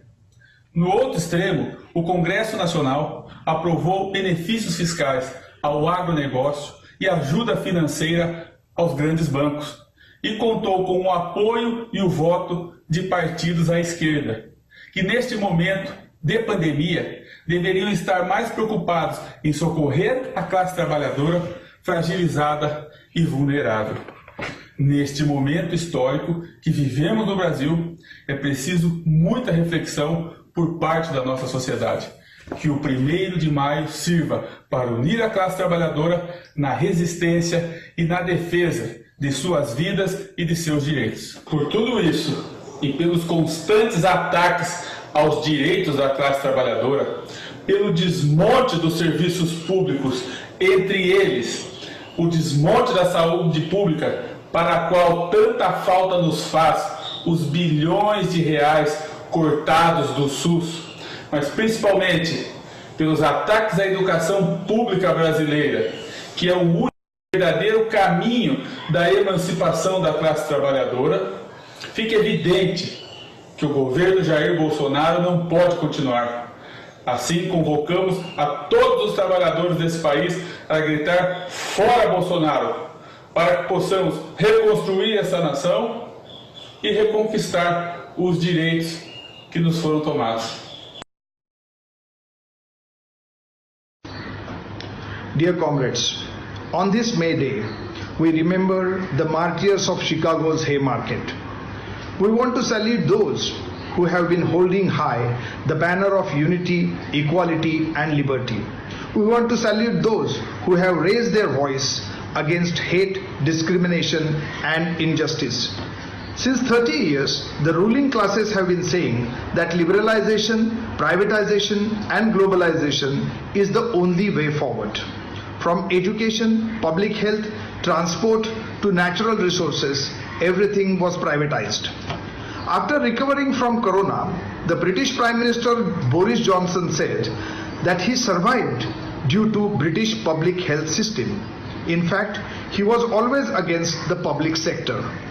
America is rich, but the public health system is very poor. So the deaths due to Corona in America are the highest in the world, whereas Cuba has the best public health service, and today the Cuban doctors are in Italy to help Italians. India's Modi government and its media were boasting about India being the new superpower. But Corona and the lockdown have exposed all such hollow claims. The first Corona patient in India was found on January 30th. But our government wasted more than a month in appeasement of visiting US President Donald Trump. The nationwide lockdown was declared on 24th March at 8 o'clock in the evening, and the execution started from the midnight same day. Only 4 hours were given to people to prepare for it. The lockdown was declared without any preparation, without any planning, and without consulting any chief minister of the state. This is the typical undemocratic method of governance of Modi. 90% of our labor force is precarious labor. Millions of migrant workers cannot afford individual homes in city. They share hutments. For them, social distancing is impossible. Due to sudden declaration of lockdown, they did not get the payment of the work done up to 24th of March. Within first week of lockdown, they exhausted the money they had. And this triggered the panic among the entire section of migrant workers. And thus, they started walking towards their homes as there was no transport available. We have seen it on TV that they walked hundreds of miles. This is the real story of precarious labor force in India. In the last 30 years, liberalization, privatization, globalization has produced few hundreds of new billionaires worldwide. But the disparity between the rich and the poor has widened like never before. 10% of people possess 90% of wealth. The worldwide rate of unemployment is growing by every passing day. In the greed of profit, the pollution levels have crossed the tolerance limits. Ecological imbalance is adding to the already existing problems. In the post-corona period, the attacks on working class will increase. Many achievements will be rolled back. All the gains achieved by the working class during the freedom struggle and in last 70 years are sought to be withdrawn by Modi government and are to be replaced by toothless pro-capital laws in the name of ease of doing business. In fact, it is for the ease of exploitation. There is a possibility of hundreds of thousands of jobs being lost. The question of unemployment and hunger will be the new challenge. This is the time for all trade unions and all left and secular forces to unite on common minimum program to protect the rights and ideology of working class. Mayday Zindabad.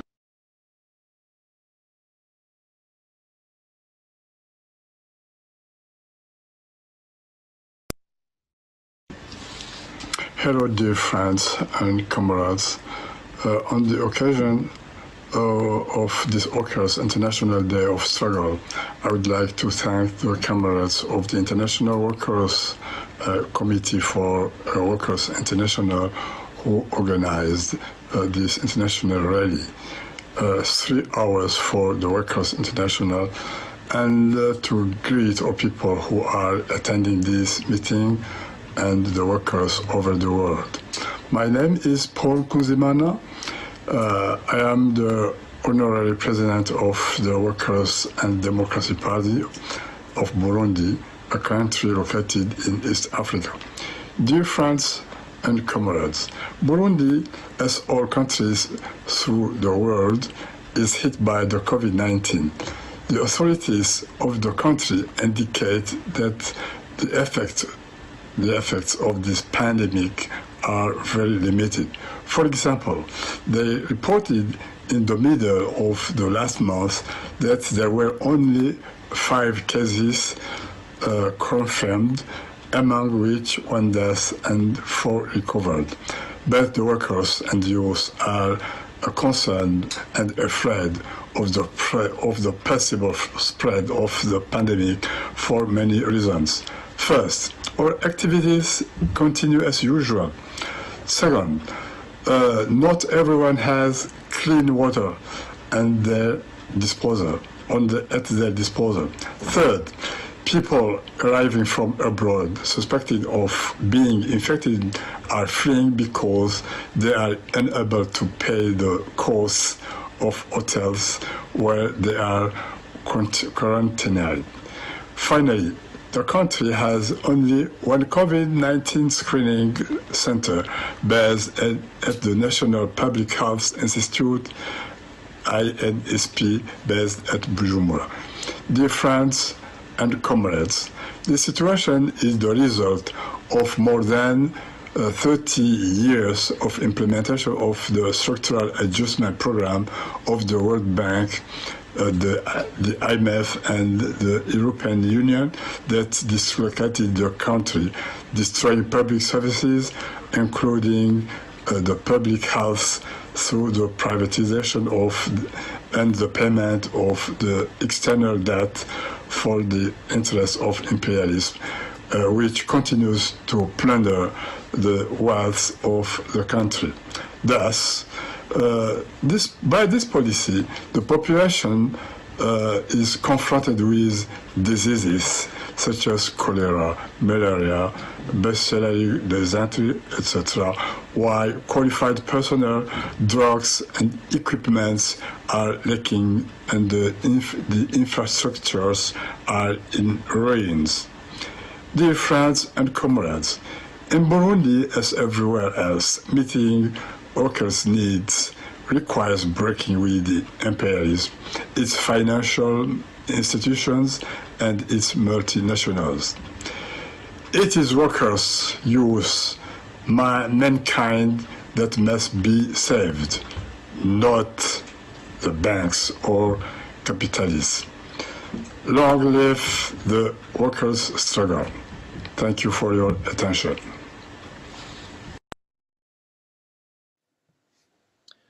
Cari compagni, cari lavoratori di tutto il mondo, ad oggi l'Italia ha 6 volte il numero di morti della Cina, cioè di un paese con 1,5 miliardi di abitanti.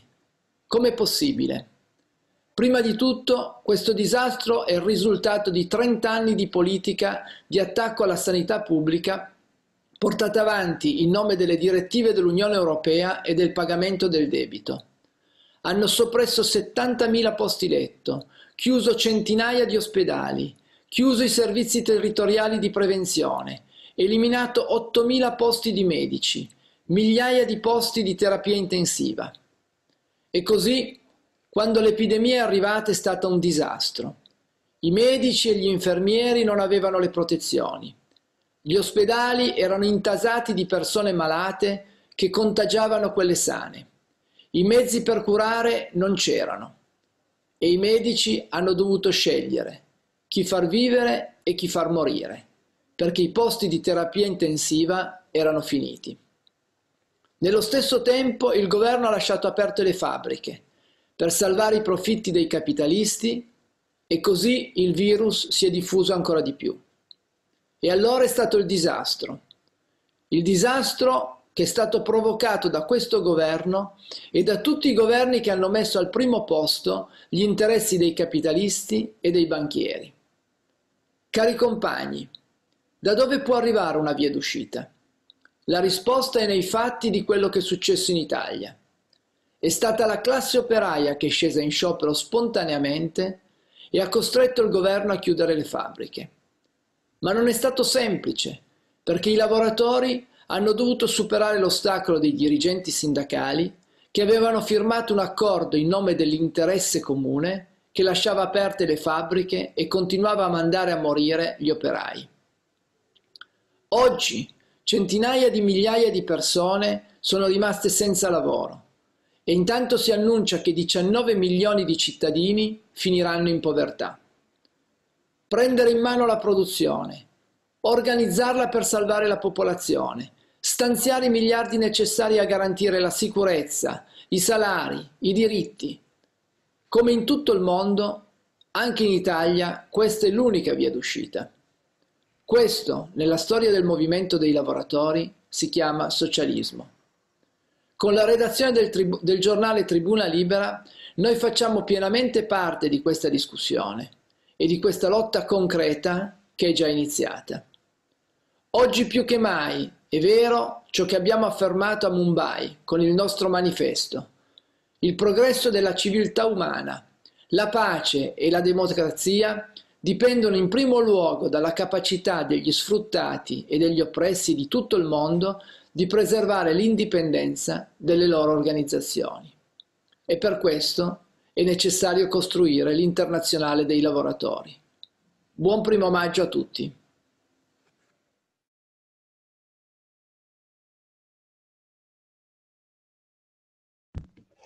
Camarades, travailleuses et travailleurs de tous les continents, je vous adresse un grand salut fraternel et solidaire depuis la Suisse, plus particulièrement Genève, ville internationale.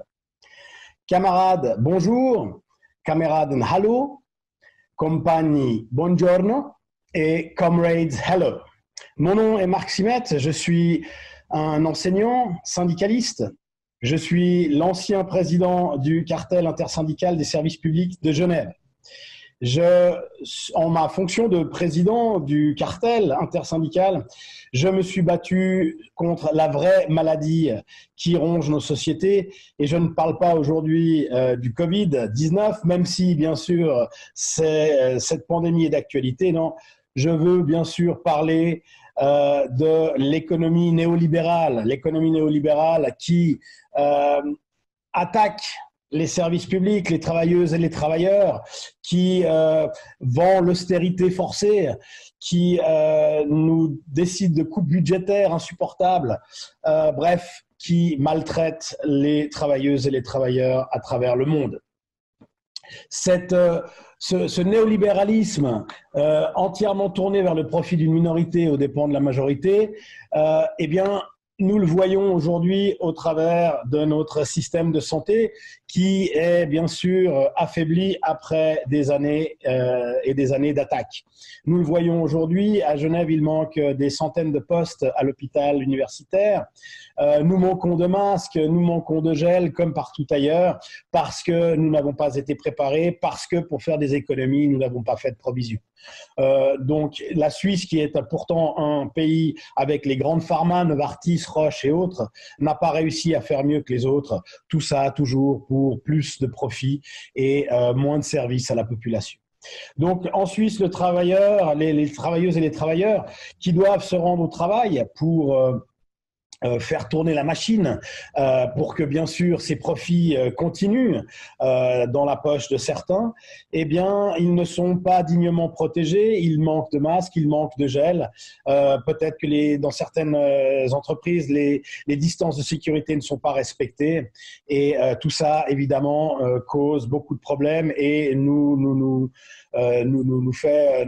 pose beaucoup de soucis à nous aussi, les syndicats. De plus, nous voyons toujours que les grandes entreprises, les multinationales, les grands groupes sont bien sûr aidés car on favorise toujours l'économie, mais malheureusement les indépendants, en tout cas pour certains, et puis surtout les travailleurs temporaires, les travailleurs précaires, ne sont pas aidés. Ils n'obtiendront au mieux pour l'instant que des prêts qu'ils devront rembourser. Donc vous pouvez imaginer la situation des plus démunis chez nous en Suisse. Chers camarades, liebe Kameraden, cari compagni, dear comrades, je pense qu'avec tout ça, maintenant, c'est le moment de ne pas faiblir et c'est le moment d'exiger des conditions meilleures pour toutes les forces de travail sur cette planète, tout en faisant respecter les normes climatiques indispensables qui nous permettront d'avancer dans ce siècle comme l'homme moderne que le XXIe siècle réclame. Bon 1er mai à toutes et à tous. Meilleures salutations de la Suisse. Au revoir. Merci.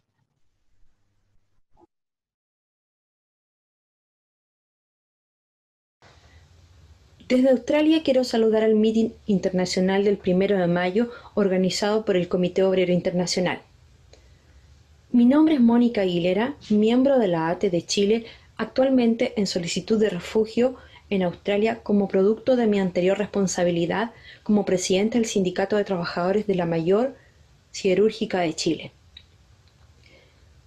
Si bien es cierto, las condiciones de los trabajadores australianos son mejores en comparación a América Latina y a otras partes del mundo, hablamos de un sueldo mínimo de $1.500 australianos al mes, con niveles del costo de vida comparados al de Chile y Francia en lo que a la canasta familiar se refiere.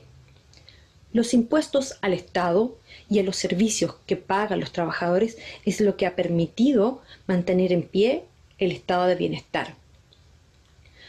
Como sucede en los países de América Latina, son los altos subsidios y salvatajes a las empresas, bancos y consorcios multinacionales que el gobierno de Australia está realizando lo que salva el sistema, en desmedro de las capacidades de empleo y de niveles de salario. En otras palabras, gracias al esfuerzo de los trabajadores, el estado de bienestar en Australia no se cae. En cuanto a la recesión que se viene, se estima una baja en el crecimiento desde el 6 al 1%, lo que significará altas tasas de desempleo.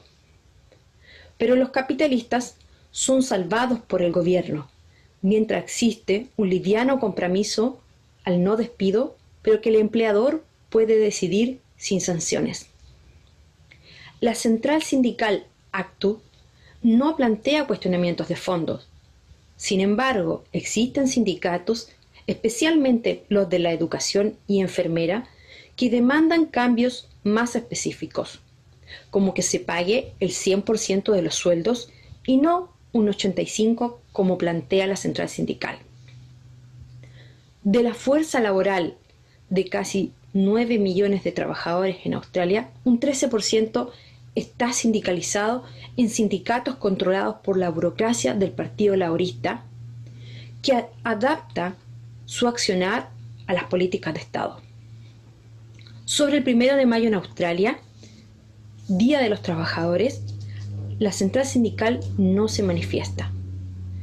No se conmemora este día.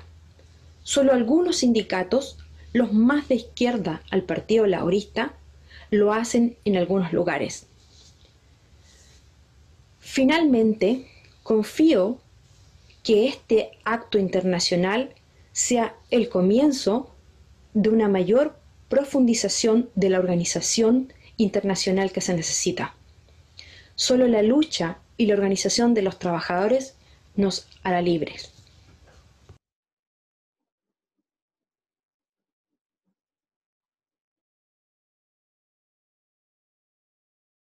Speakers are comrades from Chile, China, Benin, Ireland, and Russia.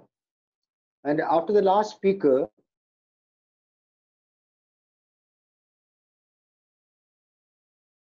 from Mauritius, Romania, Algeria, and Ivory Coast.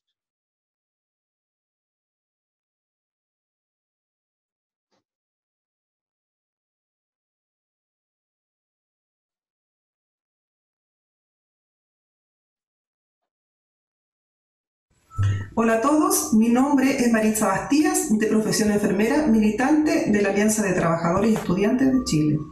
Me dirijo en este mitin organizado por el Comité Obrero Internacional a todos con el propósito de presentar de forma breve la realidad actual que enfrentan los trabajadores y diversos sectores oprimidos en mi país y al mismo tiempo hacer un llamado a todos los que participan de este acto.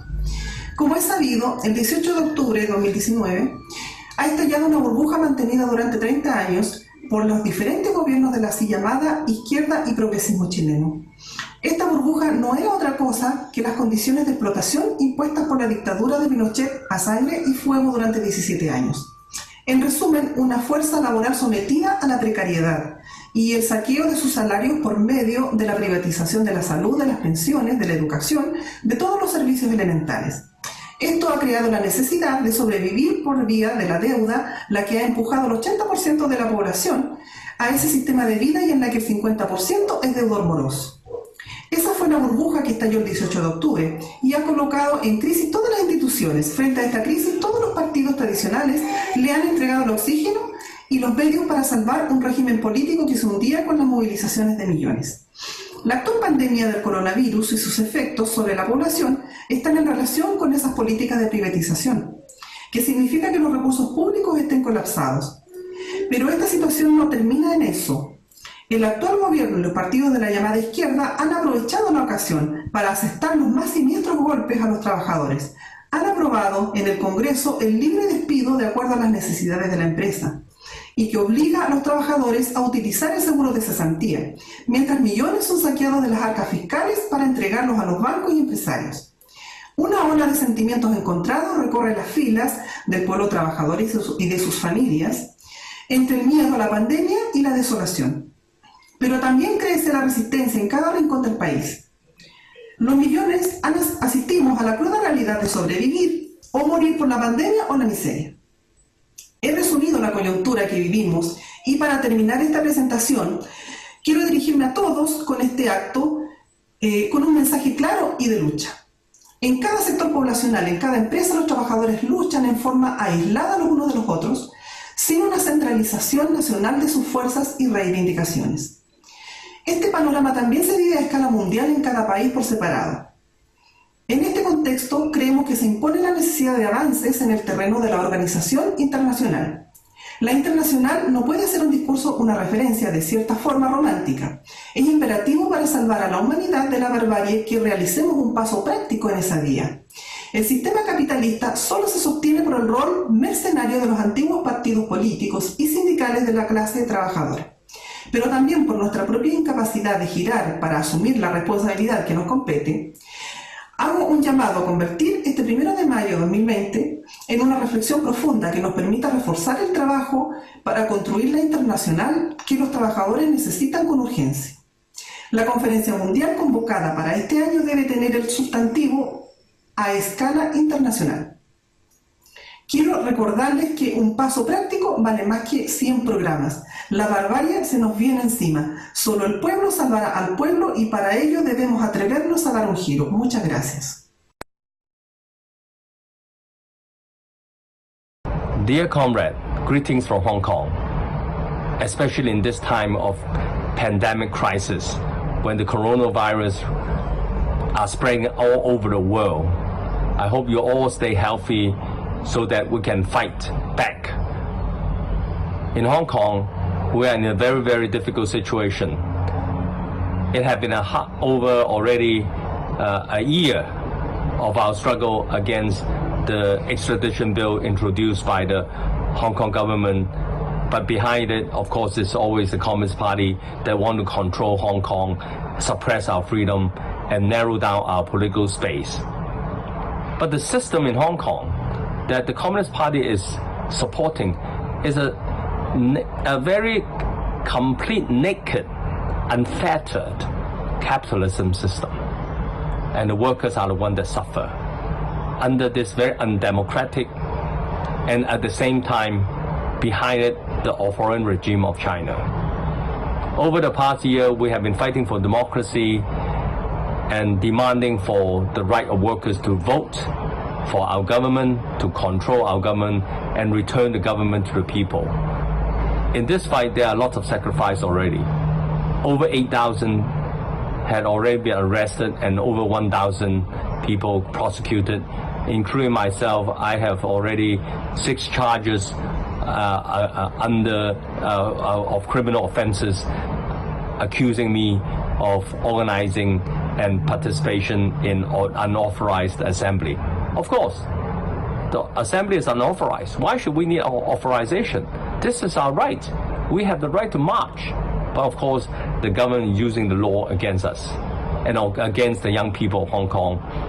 And many of them had already been, apart from being arrested and prosecuted, they are also being tortured by the police and beaten up by the police on the street, and a lot of tear gases, rubber bullets, and this unleashing of police violence against people is make us very sad. And of course, everyone is worried about the future of Hong Kong. But it's very obvious, the Chinese government is trying to narrow down our freedom and want to make Hong Kong into another China where the Communist Party regime rule in a very authoritarian manner. But we will fight back. And when you look at the system that this Communist Party is supporting, unfettered capitalism, the naked exploitation of the system is very clear in this pandemic crisis. We don't have any unemployment assistance. So when workers go on unemployed, there are no system at all in Hong Kong to support them. And we are demanding for emergency relief for unemployed workers, but denied it by the government. And what the government only wants to do is to save the business, pump money, billions and billions of money into the business, but without any guarantee of helping the workers. And so the money will go to businessmen, but the workers will still be unemployed, laid off, on no pay leave, or their wages are being cut in 30%, 40%. And the livelihood of workers, it's a very naked exploitation, and no one in the government care about the workers. And it is the role of the Confederation of Trade Unions, us, to fight back. And we are organizing our workers to fight back, to fight for our rights under this pandemic virus. And we are demanding for unemployment assistance and support for workers who are on no pay leave and underemployment, and also reduction of wages. We are demanding for collective bargaining rights so that we can bargain with the employer to get back what we should have, and to protect the workers in Hong Kong. But of course, all this are not possible without a democratic system. And we will fight for democracy. But at the same time, I think very important for the people all over the world to know that even with democracy, is no protection of workers unless we can fight back together, and unless trade union movement can be strong, and politically we are conscious of the exploitation by the system, and we are willing to fight back. So we hope that all of us will join hands together to fight in the future for our fair share for the workers, and also to subvert this system of capitalism that only exploit workers. Thank you. International solidarity for this Mayday. Thank you. Lee Chuk-yan from the Hong Kong Confederation of Trade Unions. Thank you. Ici c'est Soulé Salako, infirmier diplômé d'État. Je suis un responsable syndical au Bénin. Je suis là pour donner quelques informations sur la pandémie de la Covid-19. Le Bénin n'a pas un plateau technique qui peut permettre de faire face à des situations alarmantes. On se réjouit pour le moment que le Bénin se retrouve avec 35 cas officiellement à cette date, et que ces cas n'ont pas amené les autorités à faire recours à des respirateurs qui sont des appareils spécialisés qui sont utilisés dans ces situations, parce que le Bénin n'en dispose pas suffisamment. D'ailleurs, ce n'est que courant ce mois d'avril que le Bénin a obtenu quelques respirateurs qu'il a commandés. Donc si la situation était déjà alarmante à cette date, on serait déjà dépassé. Donc aujourd'hui, le Bénin compte 35 cas. Sur les 35 cas, le gouvernement nous a dit que nous avons 18 cas guéris, 16 sous traitement et un cas décédé, comme je viens de l'annoncer. La situation paraît stable, même si on nous a annoncé qu'il y a 3 cas communautaires. Donc ce n'est pas rien que des cas importés. 3 personnes dans la population ont été déjà contaminées. Et cela donne suffisamment à réfléchir. Des dispositions sont prises, mais ne sont pas comme ce qui se passe dans plusieurs pays. On n'a pas de confinement, ni partiel, ni total. On n'a pas de couvre-feu. On n'a pas une fermeture des lieux marchands, on a juste une restriction limitée à une quinzaine de villes où on a fermé les mosquées, on a fermé les lieux de culte et on a limité les déplacements au niveau du transport urbain. L'école a été fermée difficilement, il a fallu des soulèvements au niveau de l'université avec un mort où on a tiré à balles, les policiers ont tiré à balles réelles, c'est un étudiant, plus d'autres réactions venues des organisations qui ont amené le gouvernement finalement à décider de fermer l'école depuis le 30 mars. La situation paraît sous contrôle selon les autorités. On souhaite qu'on ne se retrouve pas dans une situation qui va nécessiter un plateau technique plus important. Sinon, la situation va dépasser le Bénin où les agents de santé ne sont pas en grand nombre sollicités, ne sont pas en grand nombre associés et le plateau technique n'est pas approprié pour y faire face à de pareilles pandémies. Comrades, Kieran Campbell from Ireland here. I'm extremely proud and honoured on behalf of Mandate, the Irish trade union of choice for retail and bar workers, to extend warmest comradely Mayday greetings to you, your families and communities, especially during these very difficult times. Now more than ever, as we face into the obvious capitalist onslaught that will arise post this global pandemic crisis, it is our class unity and its potential power that can provide the answers, the means and the society that puts workers, their families and the very earth we all live on first. We must learn from the 2008 global financial crash and its resulting crisis, when the capitalist dictator class seized the moment to unleash crippling austerity programmes that impoverish workers, their families and communities, while witnessing the vast accumulations of finance and crass wealth for the few. Hard-won workers' rights, job security, pay, welfare and pensions have been consistently attacked in the interests of capital. Other important social staples of our societies, health and education, have been sacrificed to the whims of capital and its masters. As capitalism flounders and uses occasional light-touch socialist-type principles to counter the current pandemic problems, such as suddenly finding and pouring billions of currency into health and the economy, the capitalist vultures are already encircling what they view will be the ensuing profit-making corpses, just as they did post-2008. They will unashamedly sacrifice people for profit. Already the narrative of this pandemic is changing, as we hear more and more about the need to resurrect the floundering economy and that we will just have to live with the consequences of the virus. Many of you know what these consequences are. It's the choices between life and death. We in the left are obliged to counter the capitalist offensive that will be unleashed on our class. Like before, the EU, the World Bank and the IMF will rally the capitalist cause, ensuring that this pandemic will be a profit-making opportunity for business, banking and billionaires. We need to demonstrate there's an alternative, what it looks like and how we can get there.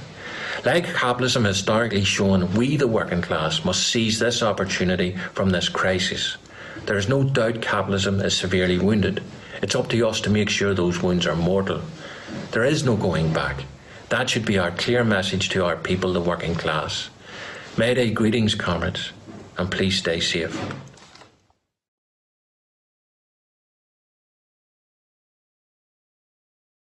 Дорогие товарищи, привет вам из России, из Сибири. Российская власть всегда служила крупному капиталу, а трудящимся доставалось повышение пенсионного возраста, коммунальных платежей и другие антисоциальные законы. Кризис и пандемия только усугубили ситуацию. Многие работодатели, особенно частники, заставляют сотрудников работать, несмотря на режим самоизоляции, не обеспечивают необходимый уровень безопасности труда. Или наоборот, отправляют людей в неоплачиваемый отпуск, увольняют. Бизнес игнорирует даже те половинчатые законы и решения президента, которые частично направлены в интересах трудящихся. Система здравоохранения встретила пандемию в состоянии глубокого кризиса после сокращения больниц и больничных коек, после введения платных услуг и, по сути, отмены бесплатной медицины, одного из главнейших заболеваний Октябрьской революции. Врачам часто не хватает защитных костюмов, многие отказываются работать. Правда, работникам медицины обещаны большие выплаты. Мы посмотрим, сдержит ли власть это обещание. Однако мы помним, как так называемые майские указы 2012 года о повышении зарплат врачам и учителям выполнялись только за счет того, что люди стали интенсивнее работать, а реального повышения зарплат не состоялось. будет много банкротств, а значит много новых безработных. Кроме того, миллионы людей встречают пандемию без каких-либо накоплений, но зато с кредитами. Власть, конечно, продолжит закручивать полицейские и политические гайки. Как только закончится эпидемия, вернуться к голосованию об изменении Конституции, которая задумана как спектакль всенародной поддержки нового срока для президента Путина. Будут новые политические заключенные, новые разгоны митингов и так далее. Трудящиеся пока реагируют на планомерное ухудшение жизни отдельными стихийными протестами. Но 2019 год стал и годом многих изменений. Профсоюз «Действия», самый сильный и боевой профсоюз в России, который объединяет медицинских работников, провел много успешных акций протеста. Добился решения многих локальных проблем. Рано или поздно работники нашей страны проснутся и организуются, чтобы вернуть ее себе и чтобы вместе с трудящимися всего мира бороться против власти капитала. Ротфронт, товарищи. Message du comité d'organisation des socialistes internationalistes d'Algérie. Chers camarades, il y a quelques semaines, le 21 février, des millions d'Algériennes et d'Algériens manifestaient dans toutes les villes du pays en réaffirmant leur refus de reconnaître un régime illégitime au regard de la démocratie. Durant 12 mois, le régime a tout fait pour disloquer le mouvement populaire. Il a particulièrement utilisé sa justice. Il a incarcéré des travailleurs, des jeunes, des étudiants, des militants. Et au lieu de faire face à l'immense pénurie des moyens de protection et de prise en charge des patients, devant lesquels l'héroïsme des soignants, dont certains ont perdu la vie, ne suffit pas, le régime poursuit la répression. Il n'y a pas un jour où des militants et de simples citoyens sont convoqués pour répondre de leurs publications sur les réseaux sociaux ou de leurs déclarations politiques. Il y a quelques jours, c'est un membre du bureau politique du Parti des travailleurs qui a été convoqué pour justifier ses écrits. Karim Tabou, premier responsable d'un parti non reconnu, a été lourdement condamné à de la prison ferme pour ses opinions. Le président de l'organisation du rassemblement Action Jeunesse purge en ce moment une lourde peine de prison pour ses déclarations politiques en tant que dirigeant. Il s'agit de la criminalisation de l'action politique. Désormais, le régime s'attaque aux journalistes. Tout cela montre que les appels du gouvernement à l'unité de tous n'est qu'une mystification. Pour le comité d'organisation des socialistes internationalistes, la lutte contre la répression pour la satisfaction des revendications démocratiques et sociales est liée à celle pour l'élection d'une assemblée constituante souveraine, pour l'indépendance des organisations syndicales, pour un gouvernement des travailleurs et de leurs organisations émancipées de la tutelle de l'État, pour le Parti ouvrier. Message de Constantin Crétan de Roumanie. Chers camarades, en Roumanie, pendant que les personnels de la santé luttaient pour obtenir du matériel de protection et de soins, les différentes cliques qui composent le gouvernement spéculaient précisément sur ces équipements et les aliments. Les prix de ces derniers ont presque doublé dans les 3 derniers mois. Actuellement, en Roumanie, nous nous approchons vertigineusement d'1,5 million de salariés qui se trouvent en chômage technique forcé, avec 75% du salaire, mais plafonné à 2382 lei, 490 €. Il faut ajouter approximativement 1,5 million d'autres citoyens rapatriés de pays européens où ils n'ont plus de travail à cause de la pandémie et qui n'ont maintenant aucune autre ressource de revenus. En cette période de pandémie, en Roumanie comme dans les autres pays, la classe ouvrière est plus opprimée que jamais. Comme nous l'indiquions dans notre appel de soutien, signé par 15 responsables syndicaux à une conférence ouvrière mondiale à Paris en novembre prochain, la solidarité ouvrière internationale doit franchir une nouvelle étape. En avant vers l'internationale ouvrière. Fraternellement, Constantin Crétan. Message du parti Lalit à Maurice. Le parti Lalit à Maurice est heureux de vous transmettre ses salutations à l'occasion de ce meeting international du 1er mai. Pendant la période de confinement, Lalit a initié et coordonné une plateforme commune s'orienter vers un programme de la classe ouvrière pendant le confinement. Nos principales revendications sont assurer la sécurité alimentaire sur le long terme. Si les propriétaires sucriers n'obéissent pas au gouvernement, leurs terres doivent être réquisitionnées et nationalisées dans ce but. Les ouvriers des services essentiels doivent immédiatement se voir offrir un nouveau contrat, de préférence comme travailleurs d'État. Garantir à chaque famille mauricienne un revenu immédiat et ou un apport en nourriture immédiatement. Un contrôle des prix et, si nécessaire, la mise en place d'un rationnement de la nourriture, du matériel de nettoyage et de cuisine. Le gouvernement doit retirer son projet pour les cliniques et assurances privées. Ces revendications ont été approuvées par 7 principales fédérations syndicales, l'Association nationale des femmes et une association de consommateurs mauriciens. Nous sommes en total accord avec le thème choisi par le COI pour ce meeting qui est « Ce sont les travailleurs, la jeunesse et l'humanité qui doivent être sauvés, pas les banques et les capitalistes ». Lalit apporte son soutien à toute initiative qui renforcerait le lien international qui est essentiel dans notre lutte pour le socialisme. Signalons également un message de soutien au meeting international de militants ouvriers de Côte d'Ivoire.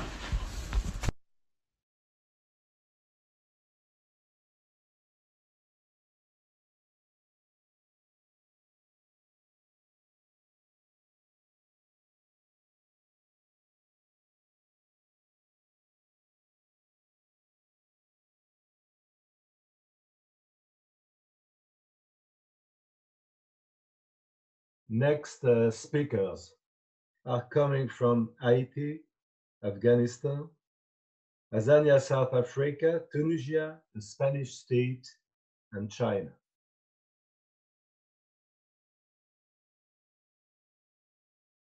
Thank you, comrade.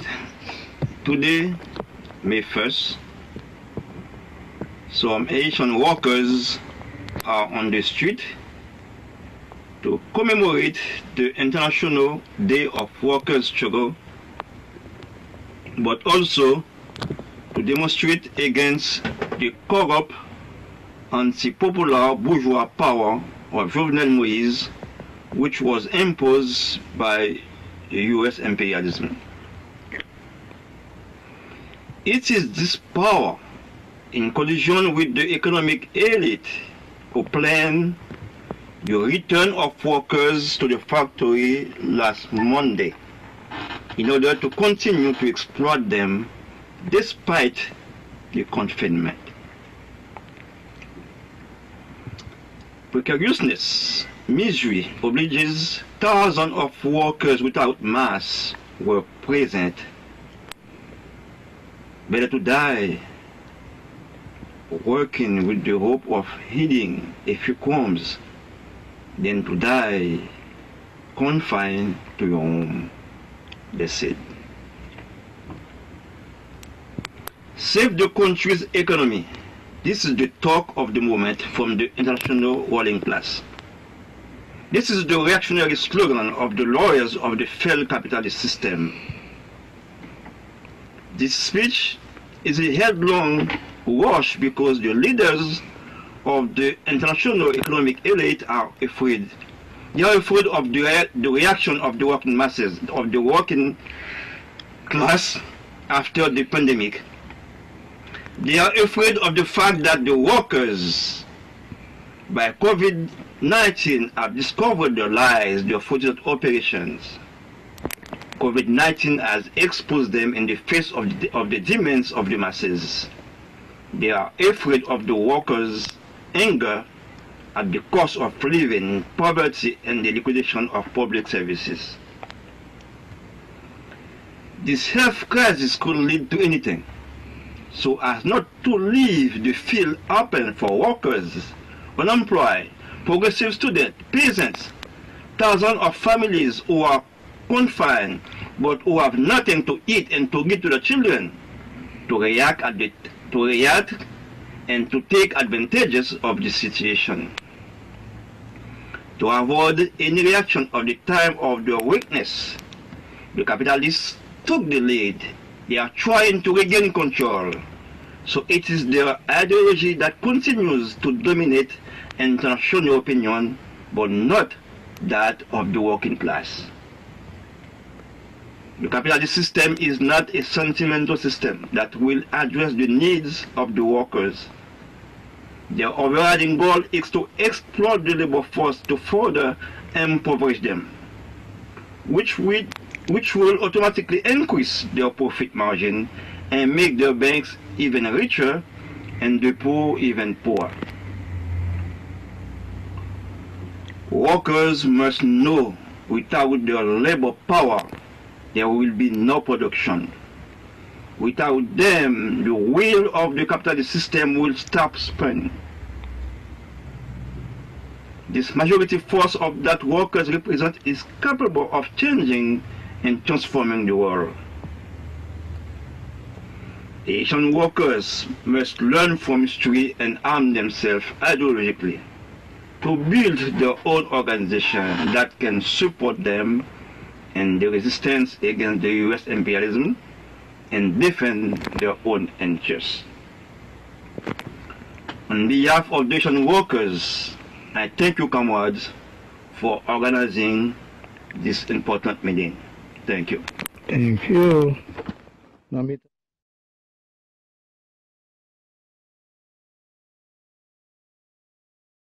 کارگران، زنان و جوانان، اول ماه می روز بین المللی کارگران، روز مبارزه طبقه کارگر علیه نظام استبدادی سرمایه‌داری را برای همه شما تبریک می گویم.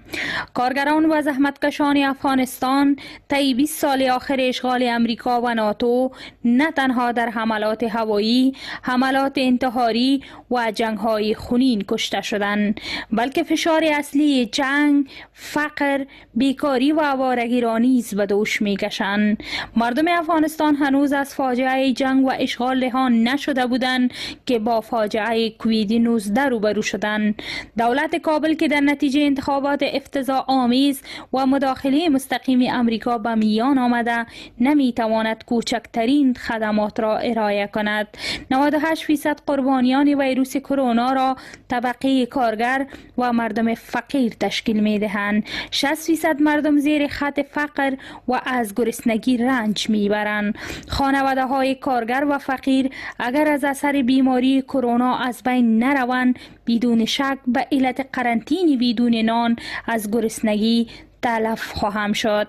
مسئول این بحران جهانی نظام سرمایه‌داری هست که به خاطر به دست آوردن سود و منابع اقتصادی محیط زیست را آلوده و اکوسیستم کره زمین را تخریب ساخته است. چون طبقه کارگر قربانی اصلی این فاجعه است، پس وظیفه تمام کارگران جهان است که با هم متحد شوند و به خاطر سرنگونی نظام سرمایه‌داری که مادر اصلی تمام بحران‌های اقتصادی، برابری، بیکاری، جنگ‌ها، مهاجرت‌ها و تخریب محیط زیست است به پا بخیزند. باید با حاکمیت مالکیت خصوصی بر وسایل تولید، توزیع ناعادلانه ثروت، تولید سلاح‌های هسته‌ای، سیاست‌های جنگ و تخریب محیط زیست پایان داده شود و با اعمار سوسیالیسم و قدرت به دست خود کارگران جهان را انسانی بسازیم. در همبستگی چپ رادیکال افغانستان.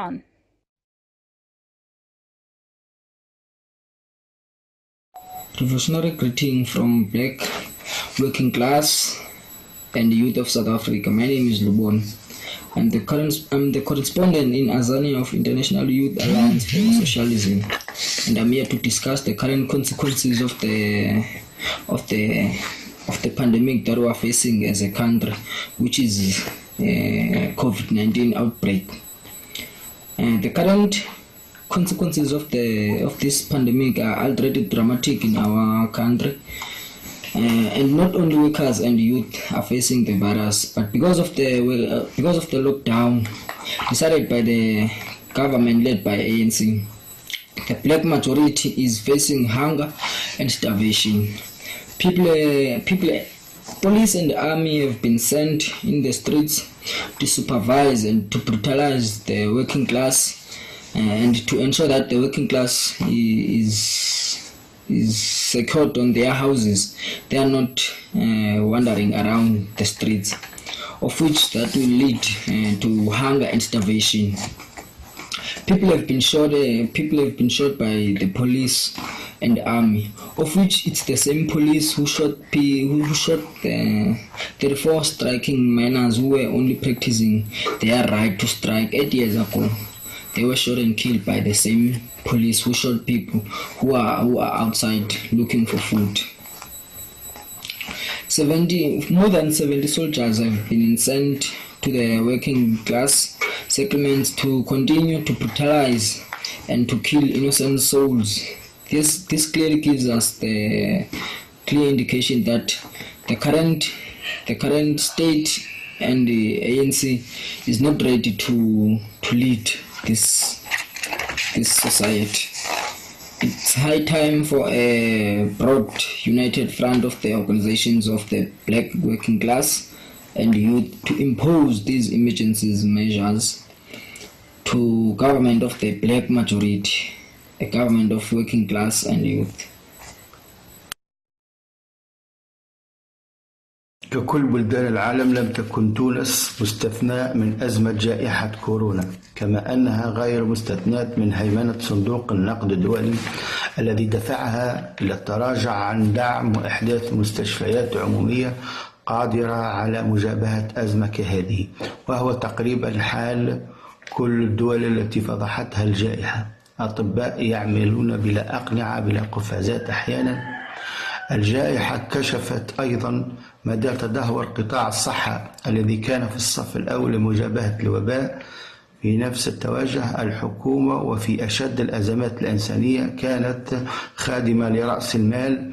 الظاهر قدمت مساعدات اجتماعية ل 623 ألف عائلة، وفي المقابل جمعت التبرعات من المواطنين، كما اقتطعت أجرة يوم عمل من العمال في الوظيفة العمومية في القطاع العام والقطاع الخاص، مكنها من مبلغ حوالي 180 مليون دينار، أي أكثر بكثير من المبلغ الذي ستصرفه الحكومة لضعاف الحال، بما يعني أن العمال هم من دفع الفاتورة وليست الدولة. أزمة كورونا كشفت فساد الليبرالية وخطرها على الإنسانية، فالمستشفيات التي أهملت تبرع لها العمال وساهم في مساعدتها على الوقوف. في المقابل تدعم الدولة رأس المال بمنطق أنه ماكينة الإنتاج وأنه من سيضمن الوظائف في المستقبل، ويجب على الجميع تحمل تبعيات ذلك. ونحن قريبين من يوم 1 ماي يوم العمال. أحيي كل عمال العالم وخاصة عمال قطاع الصحة، وأدعو إلى وحدة عمالية عالمية للتصدي لوباء فساد الليبرالية المتوحشة التي تعيش آخر أيامها وتريد تمديد صلاحيتها عبر تصدير أزمتها للعمال الذين يقفون اليوم ويتصدون لهمجيتها التي لا تنتهي. وشكرا.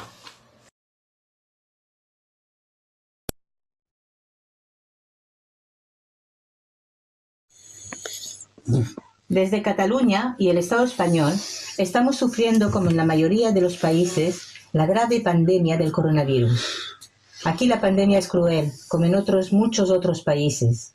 El coronavirus ataca y mata a miles de personas, la mayoría personas mayores internadas en residencias. Todos sabemos que el coronavirus no es el responsable de los recortes en la sanidad, que desde el 2008 se han hecho en todo el Estado español. Todos sabemos que el coronavirus no tiene la culpa del paro, de la precariedad laboral y del empobrecimiento de la clase trabajadora. Y ahora están los despidos legales masivos, los ERES y los EROS, miles de trabajadores en las colas del paro, miles de familias sin sustento económico.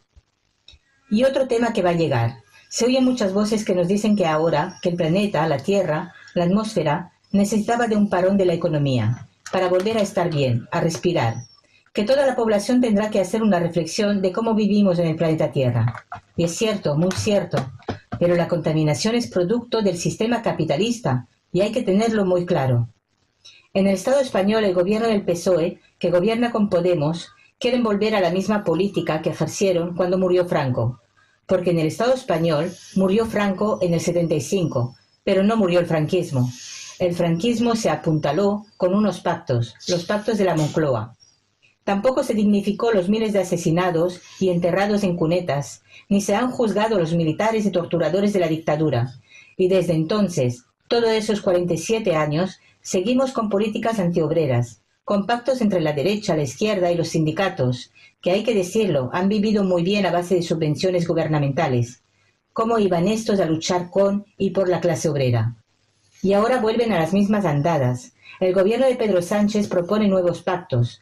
Pacto para reconstruir el capitalismo, para hacer pagar a la clase obrera la crisis que nos han generado. Y ahora es hora de decir que no. Pues no. Los trabajadores y las clases populares debemos hacer nuestros propios pactos, el pacto de clase, que obligue realmente a que esta crisis la pague quienes hasta ahora no han pagado nada, los del IBEX 35 y las grandes empresas, que la crisis la pague el capital. El capitalismo es el responsable también de las guerras de Oriente Medio y otros lugares como Siria, que han provocado que millones de refugiados intenten llegar a Europa, igual que miles de africanos que intentan llegar para sobrevivir y buscando una vida mejor. La clase obrera, la clase trabajadora no tiene banderas, pues se sufre lo mismo trabajando en fábricas o limpiando escaleras en Pekín, París, Barcelona o Berlín. La clase trabajadora, la clase obrera, tiene una bandera, la bandera roja de Lenin, la bandera roja de la sangre de los trabajadores y de los militantes muertos por todas partes del mundo desde hace ya demasiado tiempo. El capitalismo no se puede reformar, no se puede transformar, no se puede humanizar. Para que las luchas triunfen, para que sean victoriosas, hay que organizarlas. Organizarlas desde las fábricas, los barrios, las ciudades e internacionalmente. En este inusual 1 de mayo 2020, gritemos juntos que la pandemia más grave que sufrimos es el capitalismo. Organicémonos en una internacional obrera. La única salida para liberarnos es destruir el capitalismo y construir una sociedad sin explotación todos juntos. ¡Viva el 1 de mayo! ¡Viva la Internacional Obrera! Sisters and brothers, China has more than 288 million domestic migrant workers who leave their hometown to work in cities in 2019. Many of them haven't got decent work in their life. Despite the high economic growth, infringement of labor laws are still prevalent in industrial areas in cities. For instance, in South, the Guangdong province leads the country in provincial GDP volume over 30 years. But in this area, we still see that poverty wages are pushing Chinese workers to bend themselves towards working conditions. One of the most concerned issues to Chinese workers in recent years is the non-payment of pension premium, which are legally required. As more and more workers age towards retirement age, they realize that there is no pension benefit that they could enjoy. They would need to continue working beyond the age of 50, 60, or even 70 years old. Many workers have lost their rights to retirement protection after having contributed to the development of cities for years. Many workers and labor activists have been harassed in China or even detained in fighting for labor rights. ACFTU is not in place to help. Sisters and brothers, the outbreak of COVID-19 pandemic just further demonstrates how fragile workers' livelihoods are. One of the immediate efforts is the declining and cutting of production orders from abroad, causing factories to operate only to a limited extent. As we understand, smaller suppliers are experiencing the largest hit, with workers' wages delayed or being forced to take unpaid leaves for weeks or even months. Local policies aimed at stabilizing business environments are heavily detailed towards the interests of enterprises, but not workers. Sisters and brothers, workers all over the world haven't been struggling. We need to connect each other in the globalized economy and fight for our future.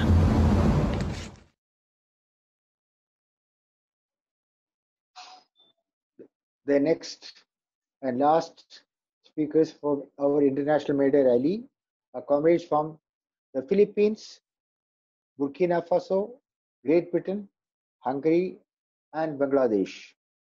After the last speaker, Comrade Daniel Lakshin will conclude our rally.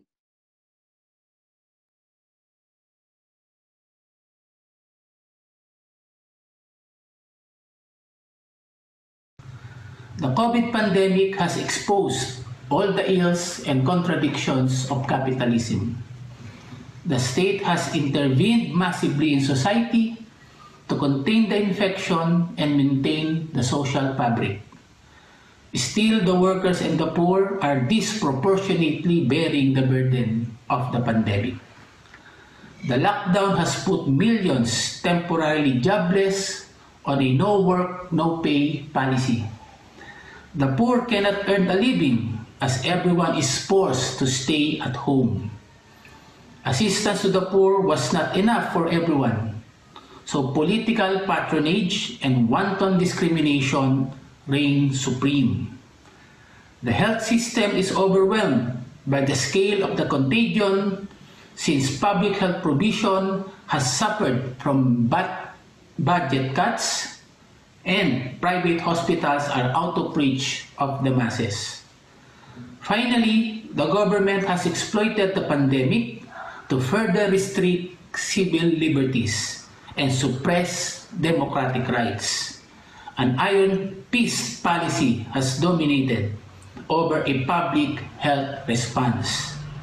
Thus, the number of people arrested for violating the lockdown has far exceeded the number of people tested for COVID. The situation in the Philippines is no different from other countries where authoritarianism is gaining ground. A global recession, if not a depression, is looming. As in all episodes of capitalist crisis, the working class will be hard hit as the capitalist class will pass on the sacrifices to the poor. The plight of the working class is deteriorating as capitalism struggles to recover from COVID pandemic and the economic crisis. But the present conjuncture is also an opening to reimagine a radical restructuring of society where the needs of the people, not profit, comes first. Workers hold no nostalgia for the old normal of neoliberal capitalism characterized by insecure work, cheap wages, permanent joblessness, privatized services, and lack of protection. Instead, the working class must spearhead the framing of the new normal as a system where workers are valued for their wealth-creating labor and the people enjoy the right things necessary for a decent life, like full employment, a living wage, universal health care, quality education, social protection, and a clean environment. A voice in their workplace and society as a whole, among others. The proper response to COVID pandemic should put needs of the workers and the poor first. The following four demands are just the most immediate but are necessary to transition to a new normal of workers' place. First, number 1, sufficient aid for all. Number 2, aid should be beyond the period of the lockdown. Number 3, safety for workers returning to work.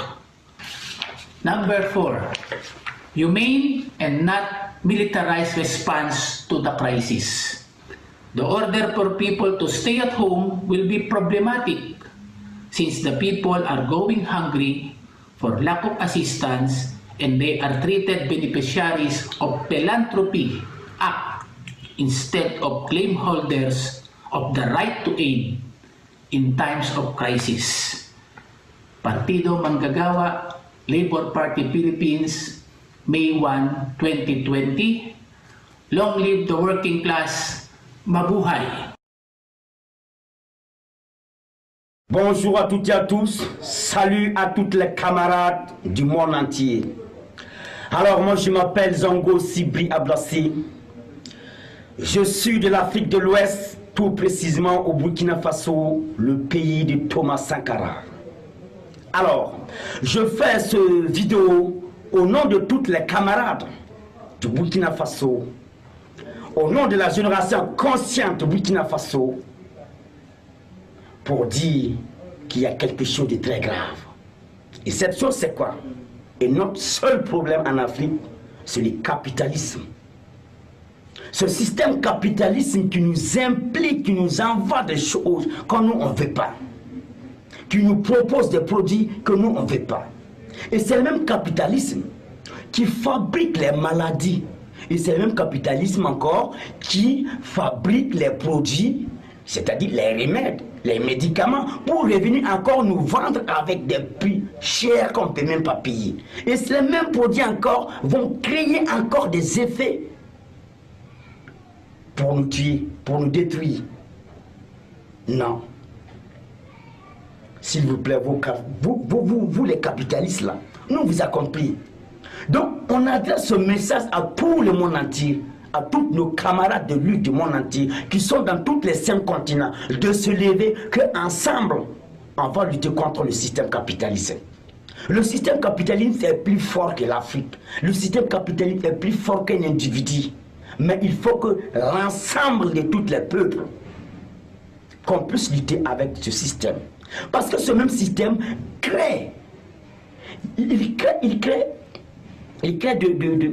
du chômage, il crée la guerre, et puis il crée des maladies. Non, Thomas Sankara n'était pas d'accord avec ça, avec le capitalisme, avec l'impérialisme. Non, à bas, ça suffit. Vous volez nos matières premières, vous volez nos richesses. Hein? Et mais comment vous voulez que l'Afrique se développe? C'est pas possible. Et nous, la génération consciente, nous, les camarades du Burkina Faso, on prend l'engagement de lutter contre le système. Alors, camarades du monde entier, nous sommes ensemble et on espère qu'on va gagner le combat. Alors, je fais ce vidéo pour vous dire que nous, on est prêts pour le combat, on est prêts pour la lutte, on est prêts pour faire dégager le capitalisme. Capitalisme, dégage. Capitalisme, dégage. Capitalisme, dégage. Comrades, brothers and sisters, after the COVID-19 epidemic comes to pass, and pass it will, the priority of multinational corporations and the banks will be ensuring the wealthy get back their losses as soon as possible. There is nothing new with this. The only difference is the rich may now suffer some level of collateral damage, whilst before they just gorged on the suffering of others caused by capitalist austerity. The systematic problems of capitalism are not going to go away. The reality is, within a very short period of time, when the horror of COVID-19 passes, the greed and nepotism of the moneyed classes will return. And as always, the poor will be the ones who pay for bailouts to rescue the banks, billionaires and tax exiles. We have 2 viruses at work, COVID-19 and viral capitalist propaganda, offering fake support to those who need it most. Poverty, inequality and injustice will not be addressed by these vulture capitalists and the governments they control, despite daily news briefings to the contrary. These issues will not be alleviated and resolved until we rid ourselves of the parasitic class who put profits before the needs of humanity. Here in the UK, we can expect no help from the newly elected leader of the Labour Party. He has already committed himself to working hand in hand with Boris Johnson. His politics are the embodiment of opportunism. He denounces capitalism only to embrace it. His conduct so far is the natural expression of a man who is masquerading as a socialist. a man who will do nothing other than appeal to the ruling class to be more general. Our response needs to be made with an eye to the future. The task before us is to unite workers across the world and encourage them to wield collective power, rather than simply sit back and be grateful for the leftovers of their oppressors. Change does not come through some sudden enlightenment of the rich. It comes through the exercise of the power of the masses. It's through our international campaigns and social movements that the true ideals of socialism will spread, and people will come to realise the power of working class solidarity. Together, we can bring an end to free market fundamentalism, neoliberalism and feral capitalism, and return power to where it truly belongs, with the proletariat, and away from the reactionary capitalist system that inevitably leads to regression and exploitation. Solidarity and stay safe. Chers camarades, je vous salue à l'occasion du 1er mai de notre réunion en ligne comme ça. Vous savez, la situation en Hongrie pour le moment, pas si grave, moins de 11 000 personnes en quarantaine, en domicile, moins de 3 000 en hôpital. Mais il y a des années que le gouvernement social a annulé 10 000 de lits hôpitaux. Et l'actuel a fait la même chose avec 3 000. Et cela ne s'arrête pas. Maintenant, le gouvernement libère 30 000 de lits, soi-disant pour les malades de coronavirus qui ne seront jamais rétablis. Et en plus, en jetant dehors des occupants de ces lits vraiment gravement malades, vieux et jeunes, paralysés ou non, que leur famille s'occupe d'eux à domicile et sans aide. En fait, le gouvernement suit toujours le projet européen pour détruire la santé publique. Et les attaques continuent aussi contre les 8 heures de travail. Désormais, avec le cadre de travail libre de 24 mois, qui veut dire qu'on peut travailler 10 heures par jour, les heures supplémentaires ne sont pas comptées, on va les comptabiliser dans 2 ans. Donc le bilan sera fait seulement dans 2 ans. En même temps, les licenciements continuent. Déjà 20% des travailleurs sont au chômage, sans compter bien sûr le secteur informel qui est déjà sans travail depuis des mois. Il y a aussi une nouvelle qui concerne les banques et le commerce. Il y a une loi qui s'appelle taxe de virus. Mais justement, le problème que ce soit la clientèle, donc les travailleurs qui doivent payer le prix, nous aurons une inflation comme la flèche. Et quant aux banques, le système était déjà jusqu'ici aussi le plus cher en Europe. Par la suite, une autre taxe d'auparavant. Donc la situation s'aggrave de jour à jour. Et on ne sait pas si les syndicats vont agir ou pas. Maintenant, avec le confinement, c'est pas si facile. Mais je vous souhaite quand même bonne santé, bonne lutte et vive le 1er mai et la classe ouvrière.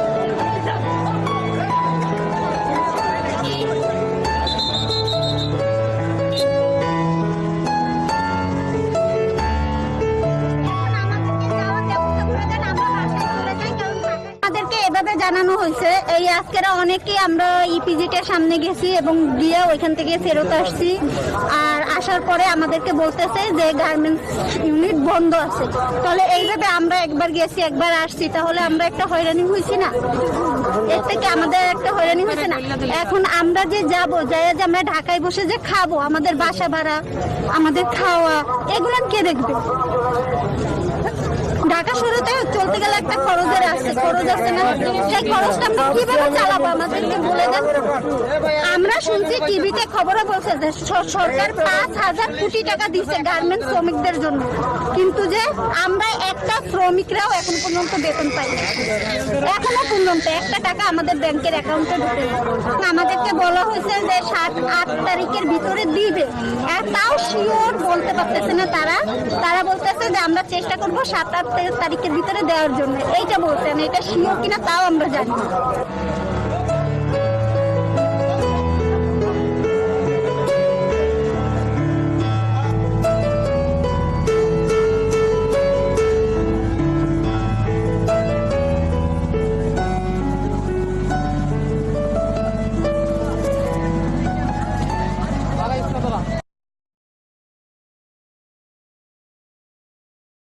Brothers and sisters, friends and comrades, my name is Daniel Gluckstein.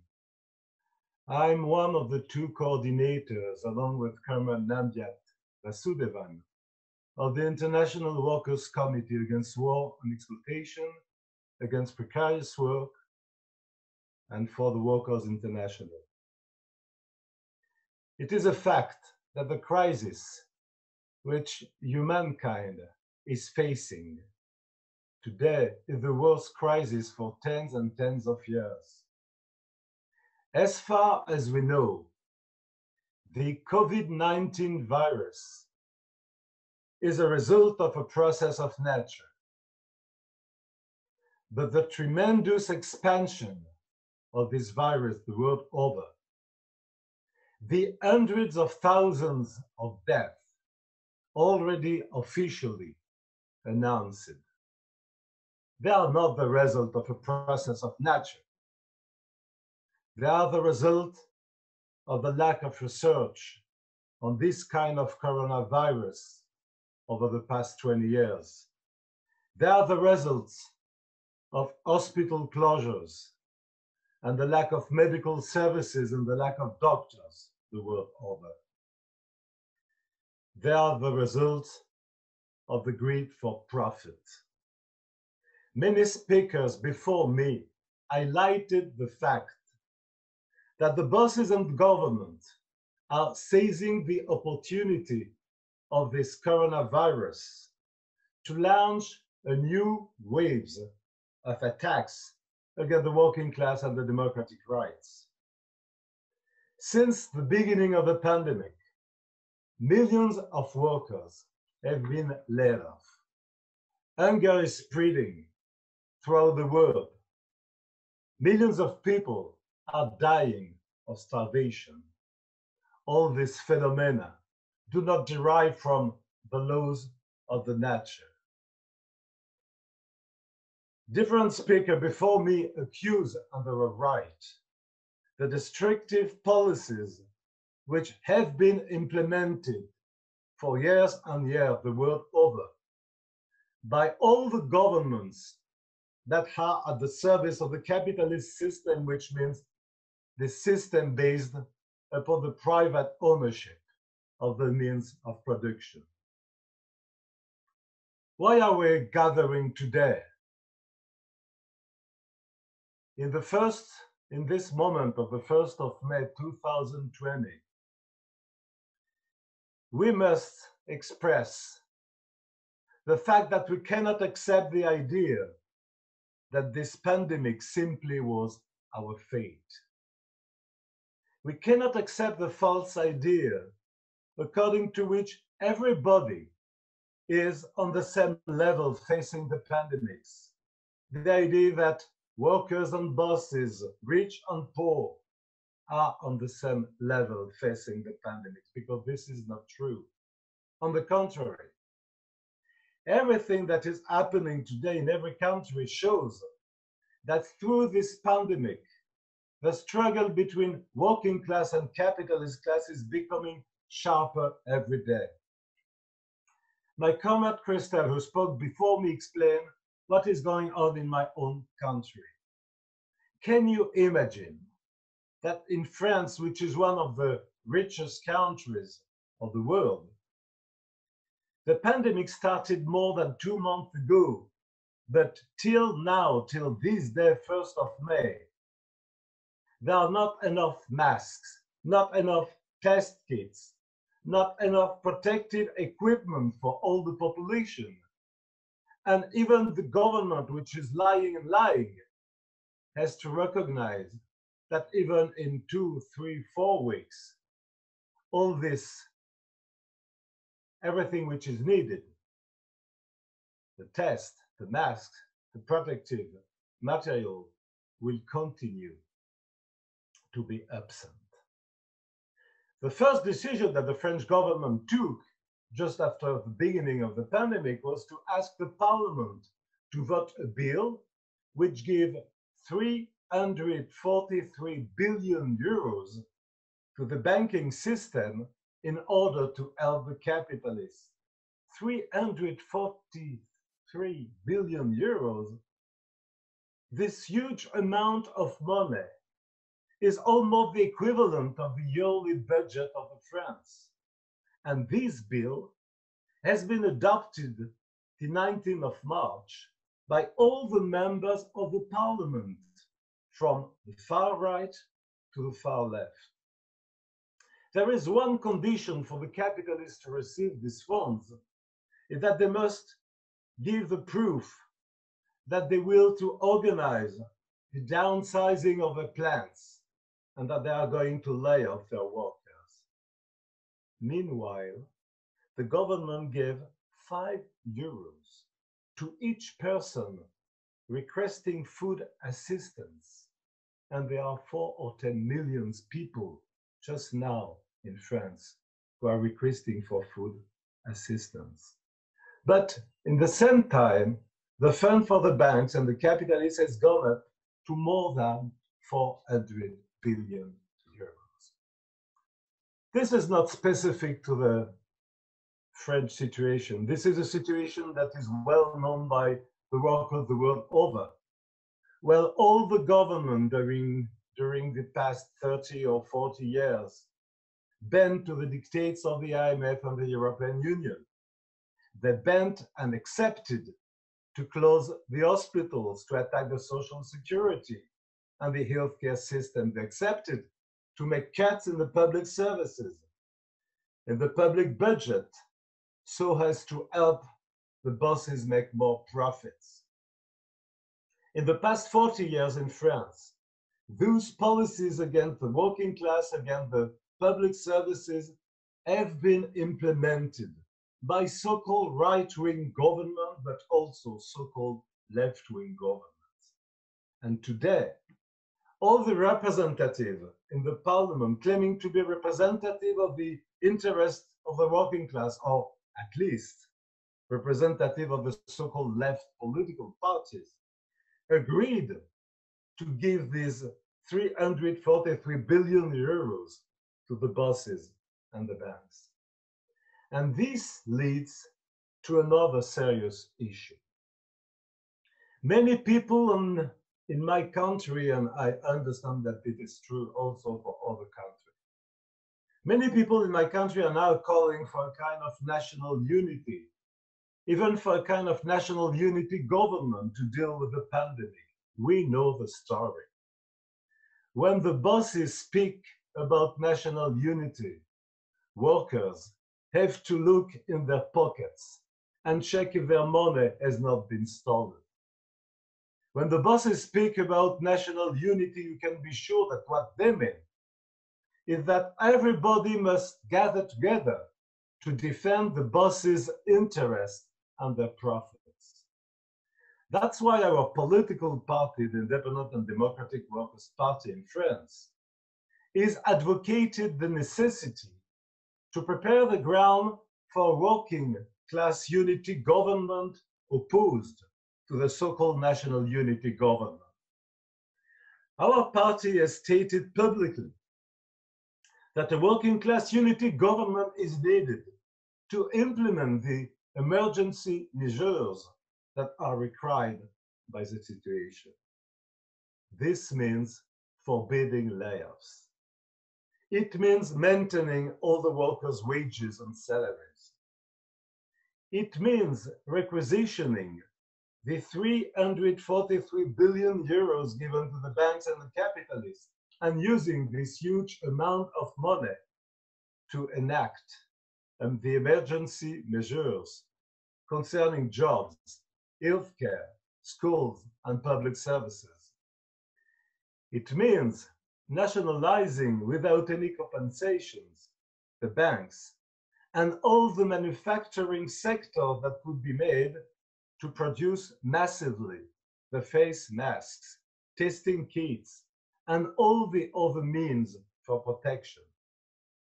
It means nationalizing to plan production and ensure the free distribution of food, and so on. We know that in every country, such emergency measures should be on the agenda.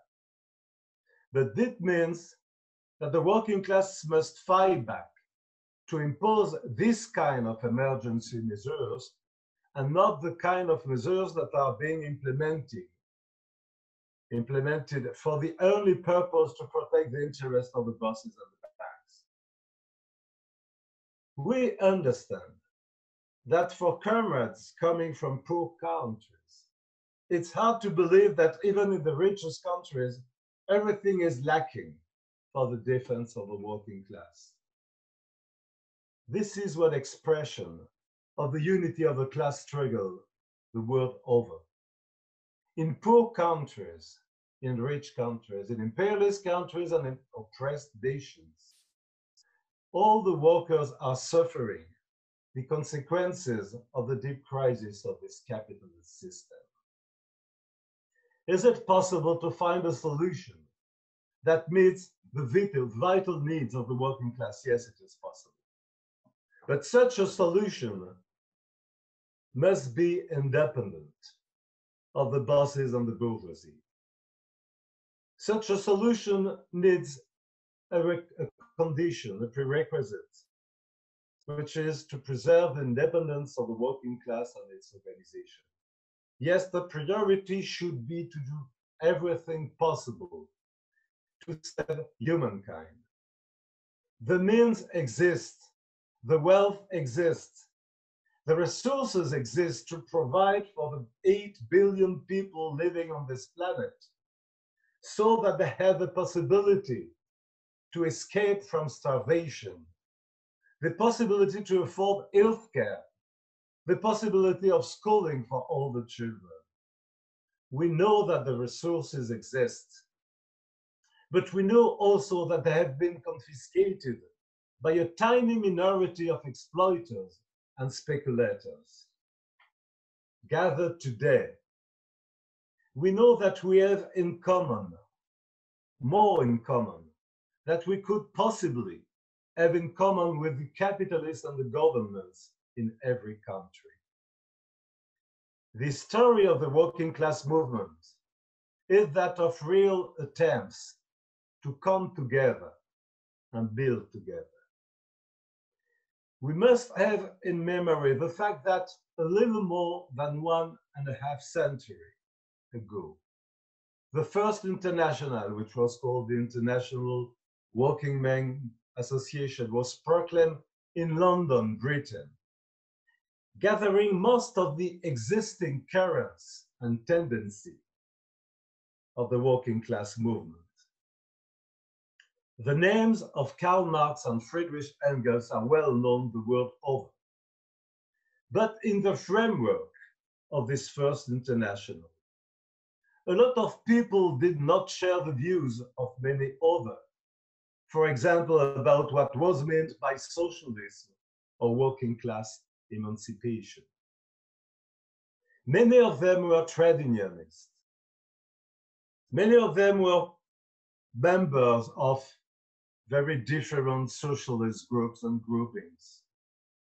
Some of them are more or less close to the anarchists. But these different currents, this different tendency, whatever their disagreements, were a member of the same international association because they understood that the interest of the working class and the interest of the capitalist class were absolutely opposed. As a consequence, all of them share the view that the working class organizations must defend and preserve their independence. They share also the view that if the working class is to defend itself, it must champion the struggle for every single demand, as limited it may be. They understood also that the working class must embrace the demands of all the oppressed sectors facing national oppression, facing racist oppression, facing the oppression of women and gender oppression, and all forms of oppression and discrimination. People belonging to this International Working Men's Association over a century and a half ago shared another point of view, and that is that the working class had not only the duty to fight back for the economic demands, but that the workers had to fight back to free themselves from the capitalist system. They understood that the most important demand must be to take the power into the hands of the workers in order to reorganize the whole society and the whole economy on a new basis. They understood that the socialization of the means of production would make it possible for the wealth to belong to those who produce the wealth, meaning the class of the producers, the working class. Of course, this was 1 century and a half ago, but we feel that today, opening the way for the building of a Workers' International is more relevant than ever. We know that the labor movement, the working class movement, has a long history that has gone through a lot of struggles, sometimes concluded with victories and sometimes concluded with defeats. We know that the working class movement has gone through a lot of crises and also a lot of disillusions. But we feel that we have no choice but to chart this course. The future of humankind depends on the ability of the working class to preserve itself from the barbarism. And barbarism means the barbarism of the capitalist system, which leads it towards destruction under the name of globalization. But what does mean globalization in the mouth of capitalists? It means the right to plunder and dislocate. It means the right to drive millions from their homes on the road to exile, only to become prisoners in jails or in camps, or to drown in the sea. The working class must gather its forces. The time is coming, the time is coming to go forward for the Workers' International. Whatever the differences among us, we understand that we have a common fate. We understand that we are fighting against the same enemy, against those governments and those bosses who are out to increase the profits, to develop the armament economy, producing more and more weapons, provoking more and more wars against the people, and building more and more walls to divide them. But we have to understand also, as the comrades from Philippines said before me, that the present crisis is also an opportunity to open the way to millions and millions of people. But let's be clear about the purpose of the struggle. The purpose of the struggle cannot be to imagine a new kind of capitalism, a more human one, a gentle one. The purpose cannot be more limited to wage the struggle against the so-called neoliberalism. We must say clearly that those responsible for the current crisis are not people who would have mismanaged the capitalist system. The capitalist system itself is guilty. The private ownership of means of production is guilty.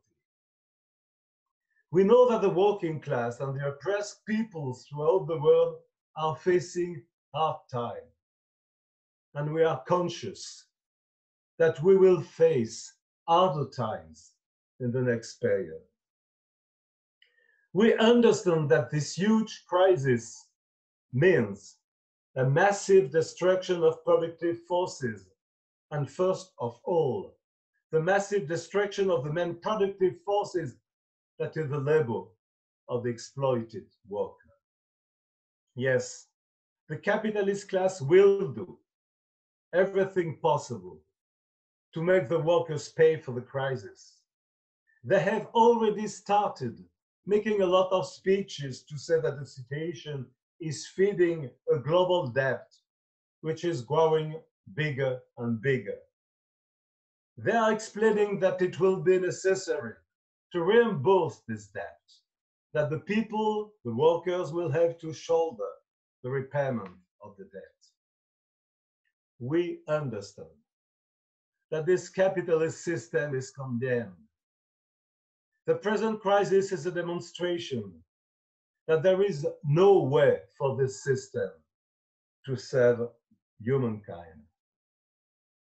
But more than everything, we understand that whatever are the differences among us, whatever the color of the skin, whatever the differences of languages, whatever the differences of beliefs, whatever the differences of political, social, religious, and national tradition, men and women, youth and elder, we are part, the world over, of one single working class.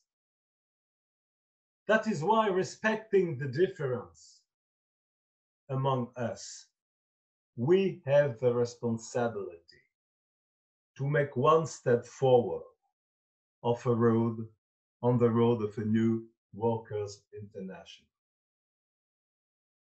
Comrade Nambiat Vasudevan reminded us at the beginning of this rally that we met in Mumbai, India, in a very successful conference at the end of 2016. In this conference, many working class activists took part, many of whom were involved in the trade union movement in their countries. Other delegates were more involved in a political activity. Many participants in this conference did not claim to belong to any specific political current. Others didn't hide their political origin. For some of them linked to the socialist tradition, for some other to the communist one. Or for some other, if they were members of the Trotskyist current, which is my case, or other currents of the workers' movement. But all of us, we decided together to launch this new framework, respecting the diversity of this gathering on the common ground of the fight for class independence and for the Workers' International. Comrade Vasudevan reminded also us of the decision that we took some months ago to convene a new World Conference against war and exploitation and for workers international. This conference was supposed to take place in Paris next November 2020.